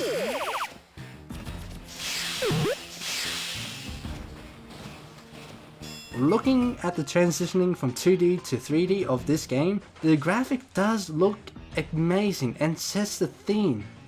Well, most of them, yes. I'm talking about the U Funhouse. With Pirate World with the nice yellow sand, nice dark color palettes for the platform and the rooftops, light color for the cannon lid, and nice blue sky with some clouds to make it look lively. To the temples with awesome animation and particles for the waterfall, dark corridors with an area of effect light to give the vibe to watch your steps for traps that could kill our poor Pac-Man. Nice lively spaceship color palettes with an awesome space background and awesome particle animations of lasers in space. Fun color design with it feeling like you're part of the circus in the funhouse. Awesome industrial theme with good pulsing animation of the hot pipes in the machine. Haunting themes with well-designed gravestone coffins and underground catacombs with green ooze at the mansion. Though the level got good themes, there's some levels that are a bit of a hit or miss.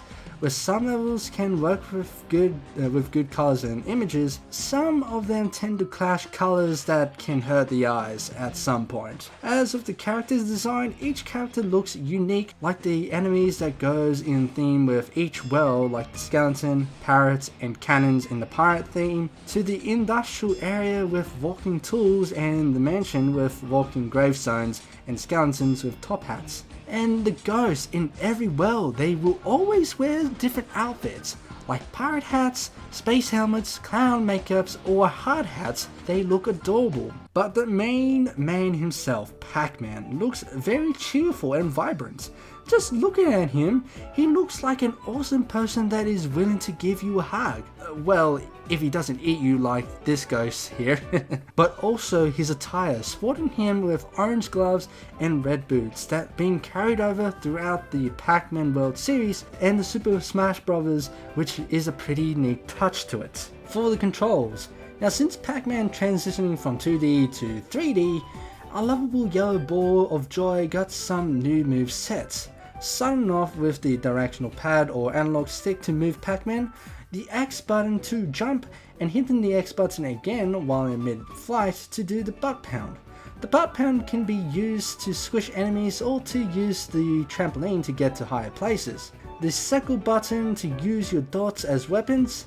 As much as I love the concept of using it against the enemies, good on paper, but as for execution on the game, not so much, since Pac-Man is more likely dunking his dots than throwing it to the actual enemies. But the dots are more useful against these industrial tools in the machine area and against Talkman, so the dots are not that useless.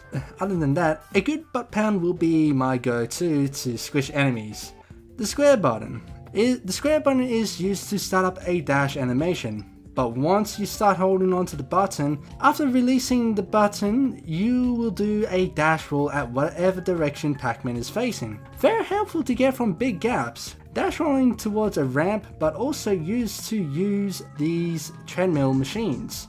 to open up gates or doors or fly across certain gaps. While in water, the X button is to ascend and the triangle button is to descend.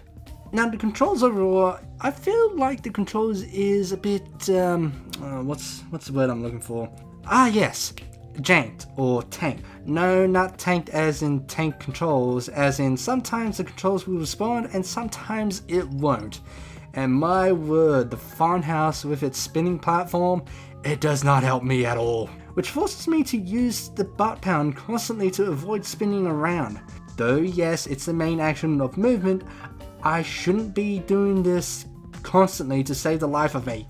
But my word, when it comes to spinning the treadmills, the problem with this is whenever he is still in his dash animation, his jumping is cut in half to a small jump, which becomes an issue with the temple boss.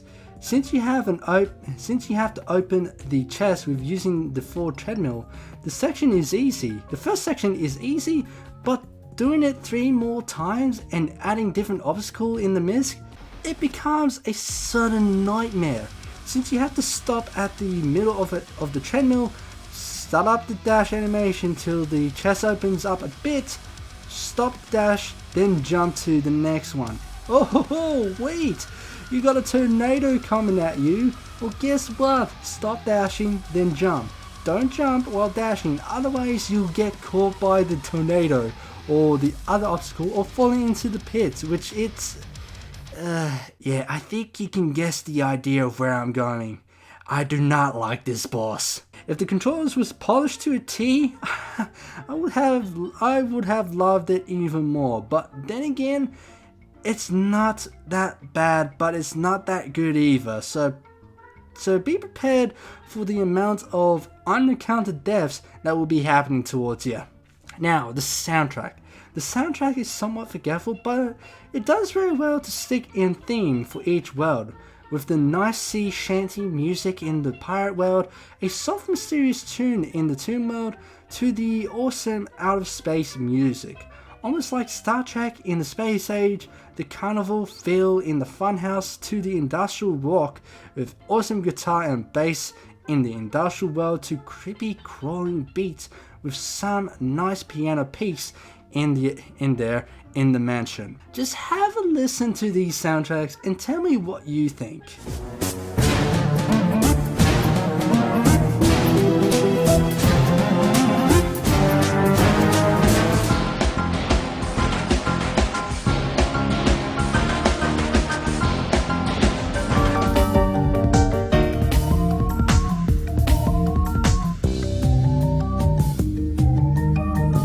I don't know what people will say about it, but I think the music will be something to listen whenever I'm working on some projects.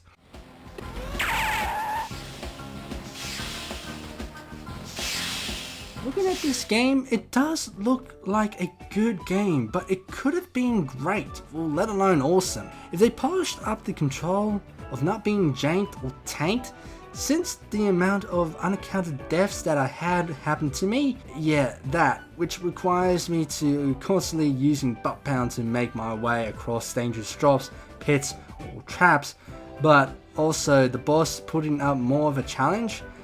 Though the Gallagher boss and Talkman does put up more of a challenge, but with the constant button mashing on the Gallagher boss, could do a number on your thumbs or fingers with rapid pressing on the buttons to shoot out 4 eyes of the boss. And Talkman final phase being a pain that requires to butt bounce right at the moment he starts spinning up, but the knockback of his hit is ridiculous as hell. Though I cannot deny the fact, yes, it can be a fun game to play to relive childhood memories with good level design and a good soundtrack to listen to, with good graphics and animation to make each world look unique, but also lively as well, with great enemy design per world, and of course Pac-Man design. Just looking at him, you cannot deny the fact that you just want to give him a hug. So in overall, I'm giving Pac-Man World 20th anniversary a 3 out of 5 power pellets. I really want to love this game. I do, but I also don't hate the game either. Since it was a first crack attempt of transitioning from 2D to 3D, so I can't give it too much grief. But the challenging factor is not great, but good, which leads me not giving the highest score. But without a doubt, it would be something to collect for the Mascot Platform Collection, and to play with friends and family and enjoy the journey of Pac-Man. Oh look, a power pellet. Wait, what are you doing, Pac-Man?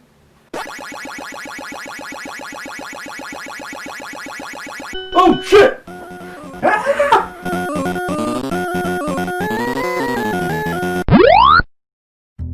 Well, thank you for watching Pac-Man World Review, my fellow time travelers, and thank you for being part of the time traveler's journey.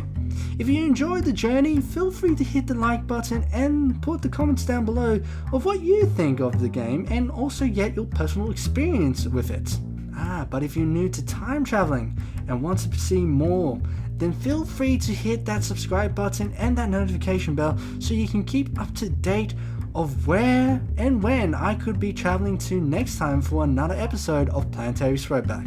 But until then, this is Planetary sign off, and hopefully you enjoy your time traveling journey one game at a time. Ta-ta!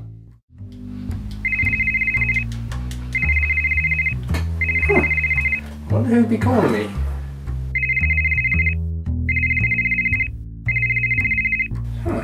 Didn't even recognize that number.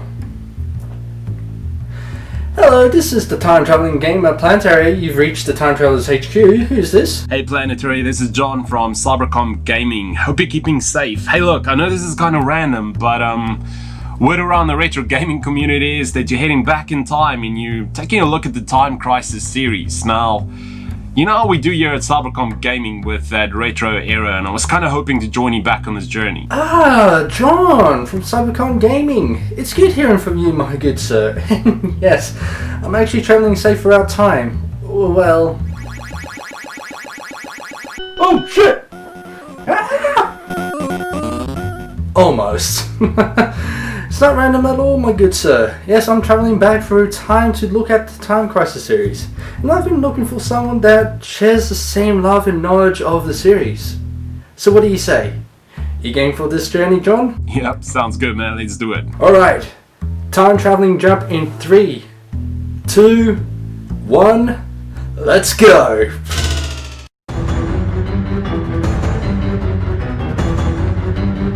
VSSE have sent out 2 of their best time-traveling agents throughout time and space to avert the crisis.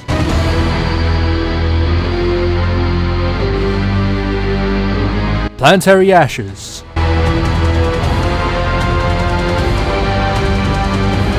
and CyberCom Gaming.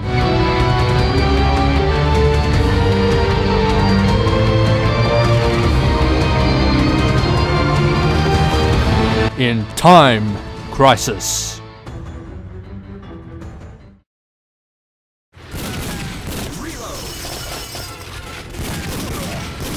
1995, the year I was born to time travel, the PlayStation being on the rise of beating the Nintendo and Sega with their first 3D card destruction, Twisted Metal, Namco's sequel of their well-known beat-up game Taken 2, with its polygonal graphics and tanking fight controls, Point Blank, a fun light gun minigame to test your accuracy, then there's...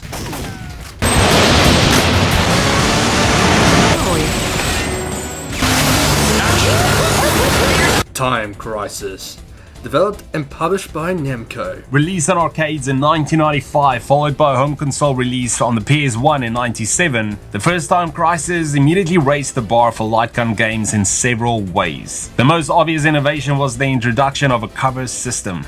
That's right, Time Crisis arcade cabinets were equipped with a nifty foot pedal which enabled players to leap out of cover. Which Namco planted another game mechanic as a countermeasure to prevent the players from relying on the covering system, the time timer. The timer will force the player to be quick-witted with their accuracy to prevent losing time while going through each section of the 3 areas per stage. After the huge success of Time Crisis, Namco has made 4 main installments and 3 spin-offs. But we're looking at the 5 main ones and their advancements. New mechanics that definitely made the Time Crisis as what it is in the present day. About 2 years after Time Crisis, Namco with the producer of Takashi Sano have made Time Crisis 2, utilizing the Namco System 23 arcade board in 1997, but then was later ported to the PlayStation 2 in 2001 with enhanced graphics and rocking soundtrack, and new mechanics with some adjustments with the current mechanics. With a new UI system called the Crisis Flash, a red reticle to indicate the player whether or not the enemy will take a critical shot towards the player, which became a massive improvement from Time Crisis and became the main staple for the other 3 installments. Plus, one more mechanic is the co-op feature, where both you and your friend can play together all 3 areas together, shooting your way through the army and bosses, or you can play by yourself with an AI, which, trust me, it's fun to play with mates on arcades, which add another coating for the player. If they end up shooting your teammate by accident, you'll be deducted points, which makes the player to be more accurate with their shots. A final adjustment with the mechanic is the timer. Since the timer at Time Crisis 1 becomes an instant game over once the timer hits 0, which requires you to put more tokens in, Namco updated the timer to keep a constant flow when the timer hits 0. Instead of an instant game over, you will lose a life and the timer will reset to 40. Speaking of resetting, the timer stops and resets after finishing a section of the area. Another major update for Time Crisis 2, where Time Crisis keeps the timer running going through sections to section, which was a minor issue for newcomers, but a massive challenge for veterans. In 2001, when Time Crisis 2 was ported over to the PlayStation, they gave this game a massive upgrade with the graphics and soundtrack. But there was one issue though. You can play co-op with your mates, but the issue is they put the 2 screens into one game, which causes a massive screen crunch and difficulty to aim in your own section of the screen. Plus the game and the cutscene duplicates, which is a slight problem. But if you have 2 TVs, 2 PlayStation 2s and 2 copies of Time Crisis 2 with a LAN cable, then you'll be able to play the game as it's meant to be. An arcade feel at home. In 2002, Namco made another stellar installment under a different director and producer, with the director Takashi Sakatawa, sorry if I pronounced the name wrong, and the producer Hajime Nakatana, Time Crisis 3 for the arcade, incorporating another new game mechanic. The weapon system, with 3 more guns to add to your arsenal, with a machine gun holding to 200 rounds, a shotgun with 50 rounds, and a grenade launcher holding up to 5 rounds. But those guns are single use and no reloads, no anything. The only way to replenish ammo is by shooting the yellow AIs 3 times to replenish your ammo, which continues on for 2 more installments, which later was released for the PlayStation 2 in 2003. It won't be until 2006 when Namco really stepped it up a notch with its innovative light gun series. Time Crisis 4 released in 2006 in arcades and 2007 on the PS3, which added a new movement system originally introduced in the spin-off game Time Crisis Project Titan. 2015, the last installment of the Time Crisis series, being an arcade exclusive under new producer, sorry if I pronounced the name wrong, Nahiro Nishimura, and director Shogo Atuo, comes Time Crisis 5, only for the arcades and not seeing the light of day, being ported over to any consoles. With it being made with the Unreal Engine 4, with the awesome graphics and new animation, but we'll get into that later. But the last adjustment was added for the covering system. Instead of covering behind one, you can switch covers to flank the enemy, which means the AI coding needed to be updated to be self-aware of where the players can be in the level environments, so both the players and the AIs will be on their toes to see who can get the first shot in.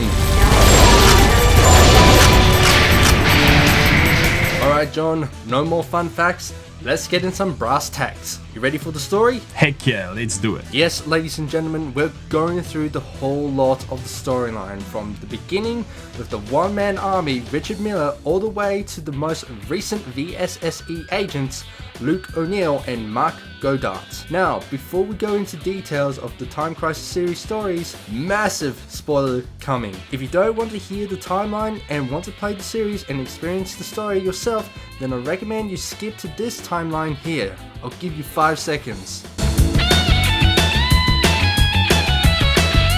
Right, can't say I didn't warn ya.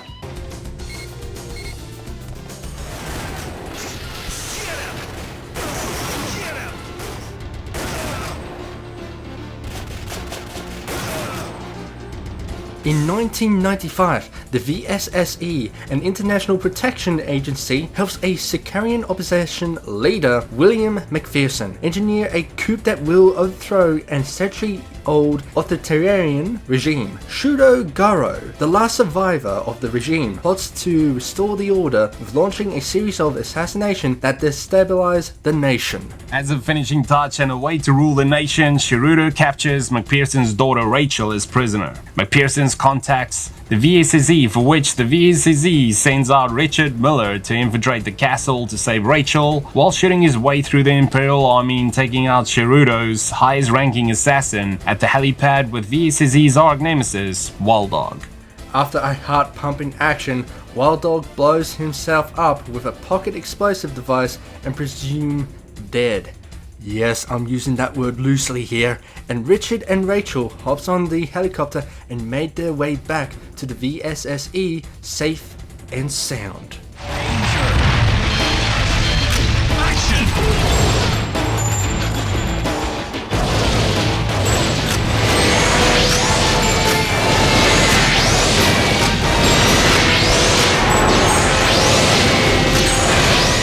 In 1997, the industry that goes by the name of Neodyne announced the plans for a program called Starline Network of 64 satellites orbiting around the world that will unify communications around the continent. However, the VSSE sent out Christy Ryan to Neodyne Industry to revolve her intel on Neodyne, which leads to Christy to discover something crucial. Neodyne is planning to launch a nuclear satellite to orbit and sell it to the highest bidder. While trying to escape with the suitcase with incriminating data, she's been exposed by Jacob and his mercenaries. By the time Christy made it to the safe house, she contacted VSSE to require a safe escort back to the HQ. Jacob and his goons reached to Christy first and ready to take her back to Neodyne Industries. Two new VSSE agents, Richard Miller and Robert Baxter, were right behind them. Richard and Robert now go through the city, dealing with Jacob and his goons, all the way to the boat tier with a fast-paced boat chase scene leading to Jacob to the boathouse. Well, goddamn. After retrieving the suitcase and learning the current location, they made their way to the forest to catch a train. Finding their way through the train depot and the train to reach to the satellite, but they were cut off short by Buff Bryant.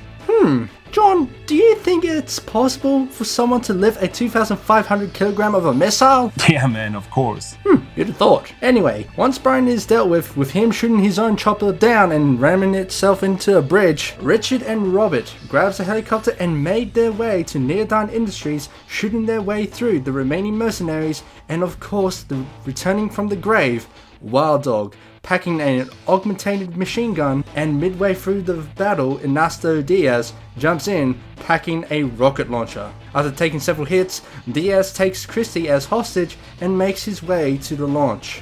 While Wild Dog, taking the full brunt of the two agents, down on his luck, Wild Dog blows up again. Now to the launch platform to stop Diaz and save Christy. Diaz throws Christy off the platform as a last-ditch effort to lose Richard and Robert. The agents saved Christy and made their way to the final battle with Diaz and the prototype of the nuclear device. Couple shots in Ernesto Diaz and the satellite takes out the rocket sequence and sends the Industries to a massive explosion, while rising from the water to get transportation by the helicopter back to the VSSE HQ as heroes.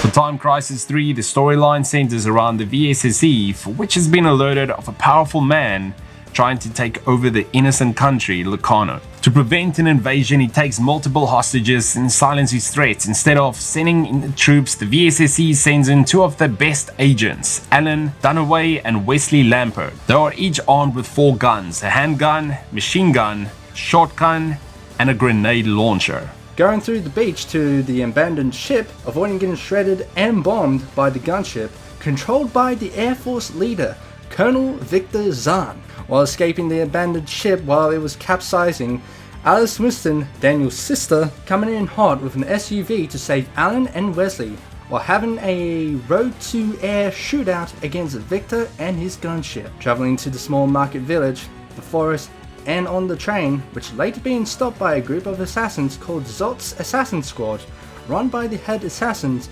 Randy Garrett, ambushing Wesley and Alan from getting any further to the Army HQ of Locarno, sending Randy off to the bridge alongside the containers. Have a nice death! Alan, Wesley, and Alicia made their way to the headquarters to save Alicia's brother and to stop the missile. While on the way through, both Alan and Wesley face off with Wild Dog. The newcomer Wildfang has an augmented leg that can pack a punch, kicking objects at maximum velocity towards Alan and Wesley, but eventually after a hard-pounding shootout, both Wild Dog and Fang go out with a bang. Only person who's left is General Zot, making his way to the launch sequence and setting one half of the HQ going into flames. Alan and Wesley are up for the final showdown with General Zot and his remaining army, tanks, tanks? And rocket launchers. One final shot and General Zot is down and out, but the missiles are still in process of being launched. Using their quick thinking, both of them grab a rocket launcher each and aim for the debris to stop the missile, and blew up the HQ up, while the rebel army waits far from the HQ, waiting for Alan and Wesley to emerge from the HQ without a single scratch.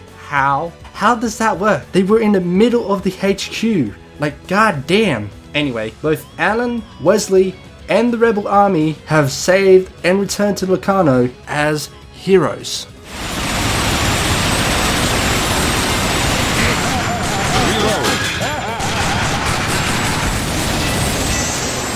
Continue.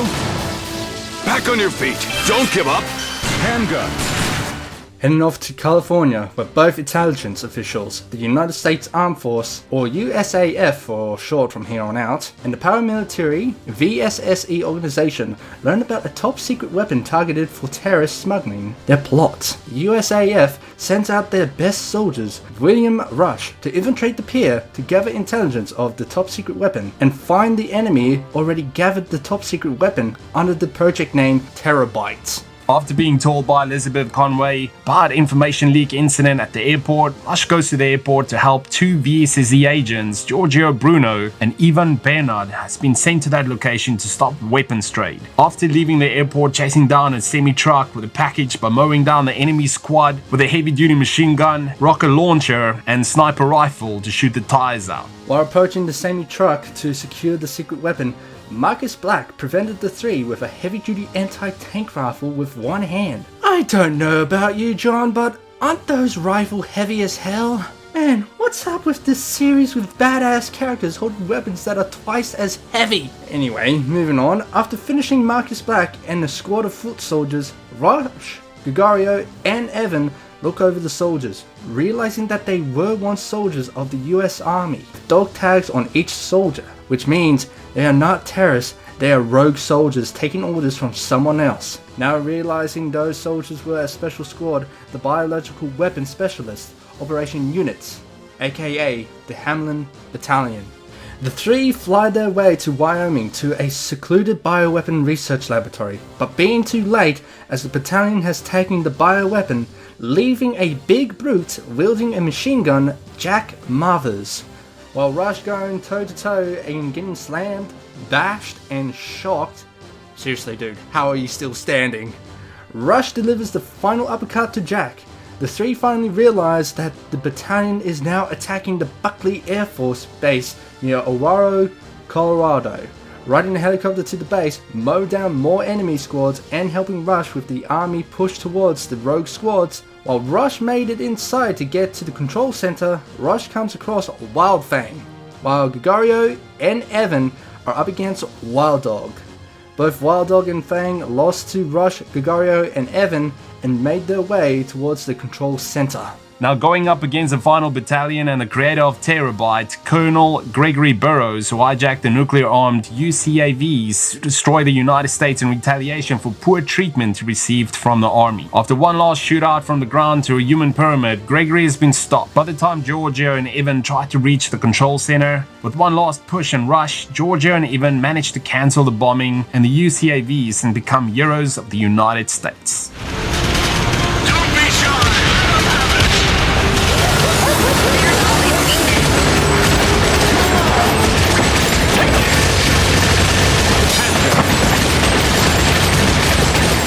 3 months prior to the event of the game, a VSSE auditor was murdered. The briefcase contains information of the traitor within the VSSE ranks, but due to the auditor being murdered, the briefcase has never returned to the hands of the VSSE for information retrieval.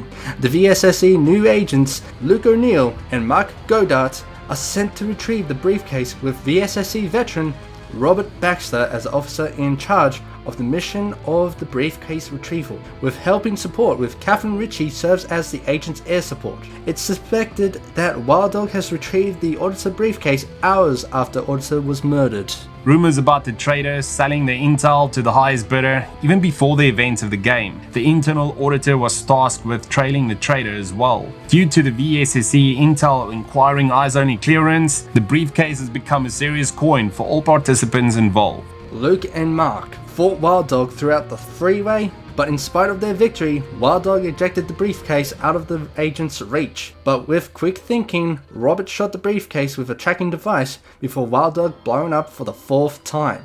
Wait, hold up, 4th time? More like 5th time. After surviving the explosion, Luke, Mark, Robert and Catherine makes their way to the forest near Wild Dog's factory, where the tracker was last working, which leaves Luke and Mark question Robert. Why did Wild Dog shoot the briefcase en route to the jungle? Which leads Robert to say this line, "I wasn't shooting that thing for target practice." Going through the forest, using snipers to take out the lookout post and wreaking havoc on the factory, they reach the storage where they meet another VSSE veteran, Keith Martin, attempting to crack the briefcase lock to find out intel of the traitor within the VSSE ranks. This leads to Robert and Keith to a massive fight with Luke and Mark playing support to stop Keith. During the fight, Keith revealed the auditor's name as being Christy Ryan, the field agent in Time Crisis 2, which Keith fell in love with. After Keith was defeated, Keith managed to open the briefcase to find out who's the traitor within the VSSE ranking, showing Luke and Mark who it is. Being shocked and stunned with Keith's quick reaction deflecting 2 incoming bullets with knives, the traitor is revealed to be Robert Baxter. Luke and Mark being shocked that Robert was using them all along to erase everything the VSSE did throughout the year. While the 3 were about to give chase to Robert, Robert sprung a trapdoor to send Keith, Luke and Mark to the caverns, with enemy squad looking dazed like zombies. With Keith informing Catherine Ritchie that the traitor is Robert, Keith informed her to look over the incident that happened 3 years ago. Reaching to the end of the cave, they are forced to fight Wild Fangs, while there's some more zombie-induced soldiers. After beating Fang in 2 phases, Wild Fang goes out with a bang, taking the caverns with him, while the 3 escaped without a problem. Now it's just Luke, Mark, Keith and Robert with a robot suit, the fight that ends all fights. Friends, now foe. Mentor becomes villain, veteran agent becoming the enemy of the state. Keith, Luke and Mark fight Robert to stop him spreading the zombie virus. No, not that virus. After going through 2 phases of Robert and the robot, Robert was about ready to launch the missile, but within the last second reaction, Catherine Ritchie comes in hot with the helicopter suicide bomb to take the missile with her to the ocean, leaving Robert a man with nothing to lose. Shooting him off the aircraft, the mission becomes a success. Jumping off the aircraft to safety in the ocean, seeing Catherine Ritchie in one piece. They wait for rescue and went back home as heroes. Holy smokes! Talk about a cluster story here, with the awesome arc to it, with it starting off with the one-man army, Richard Miller, saving the president's daughter, to Luke, Mark, taking down Robert Baxter. This is one planned out storyline without a doubt. What do you think, John?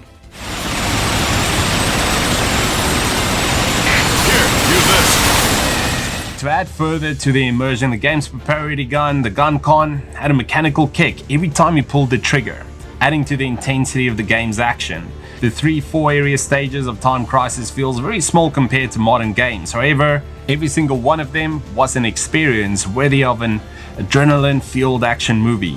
While the movement was still on rails, as was customary with light gun games for the point, you're always propelled in some death-defying scene. Only main issue of the first installment, which later installment caught on and made it easy, was the timer. See, whenever you finish the section of the area, the timer continues on, especially through breaks of going to the next cover. And once that timer hits 0, it's an instant game over, which means it's time to add more tokens to continue on. Best let the veterans of the Time Crisis series take over this one. Time Crisis 2 was the first game in the series to feature a second player, added a second connected cabinet complete with its own upgraded Gun Con 2 and a foot pedal. It wasn't enough to just slap the second player into the game and call it a day. However, each player at certain points throughout the game's 3 area stages take their own route and provide cover with different angles at times, which became a staple for 3 more installments, keeping the co-op feature either playing with mates or with an AI. Why would you want to do that when you can play with your mates? But in this game, there were few adjustments to the gameplay mechanics, which was the timer, which became a huge help for newcomers to Time Crisis series. After finishing a section of the area, the timer will reset and stop till you reach to the next cover. And other than game over, you lose health to keep the momentum going.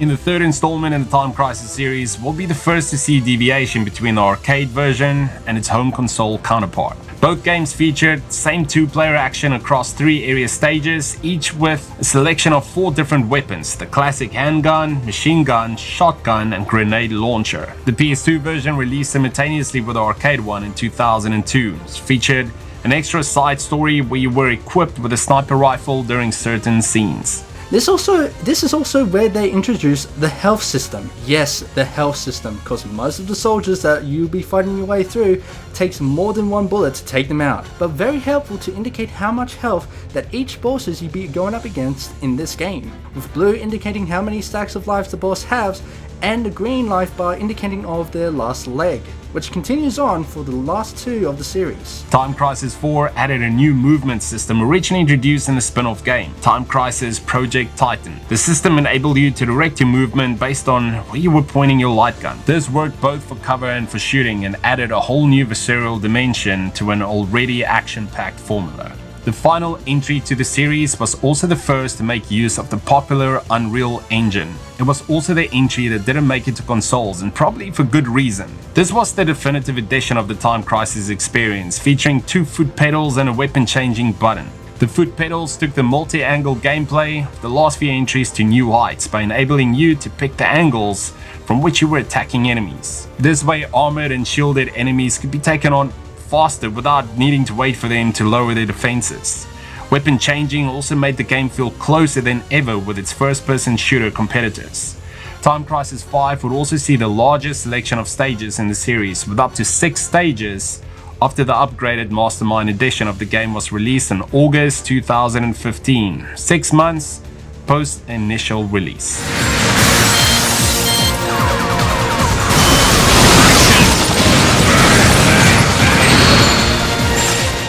Looking at this game series as a whole, the classic arcade shooter delivered some of the best soundtracks, especially with the relentless urgency of Kazuhiro Nakamura's score. For the first 2 games, just made shooting the bad guys with a plastic replica firearm feel like your own personal action movie. I also love Time Crisis 4's music score, perhaps my favorite in the entire series, especially the last 4 tracks. The final boss theme, the first and second ending themes, and the name entry screen, which were all fantastic musical finales. I definitely have to agree with you there, my good sir. When it comes to soundtrack, Namco and the composer Kazuhiro really nailed it on the head, with the heart-pumping and adrenaline soundtrack when going through certain locations with different areas. But the boss theme, with my favorite being Jackal from Time Crisis 2, Dog and Fang, and the showdown in Time Crisis 3, and many more soundtracks down the list. Like, have a listen to those soundtracks and tell me what you think.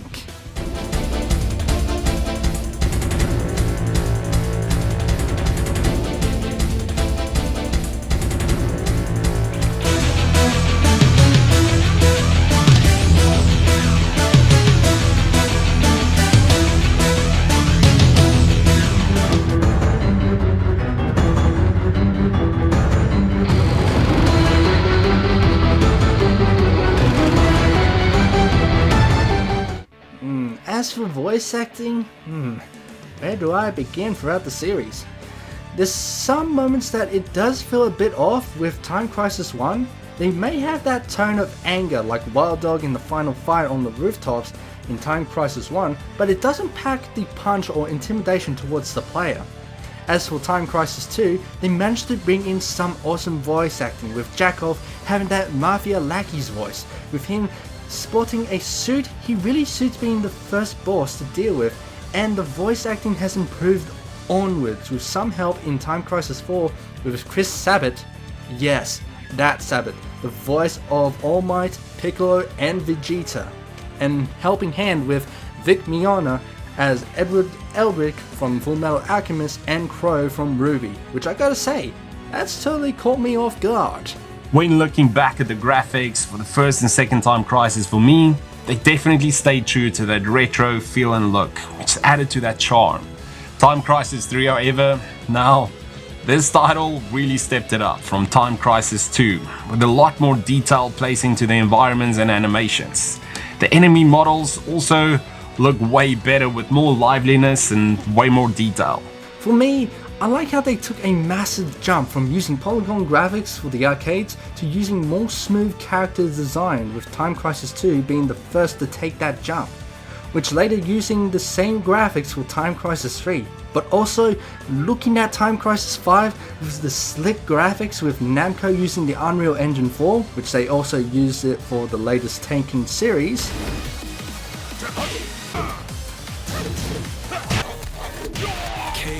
Oh, that can wait. Oh, that can definitely wait. Made Time Crisis 5 look more realistic.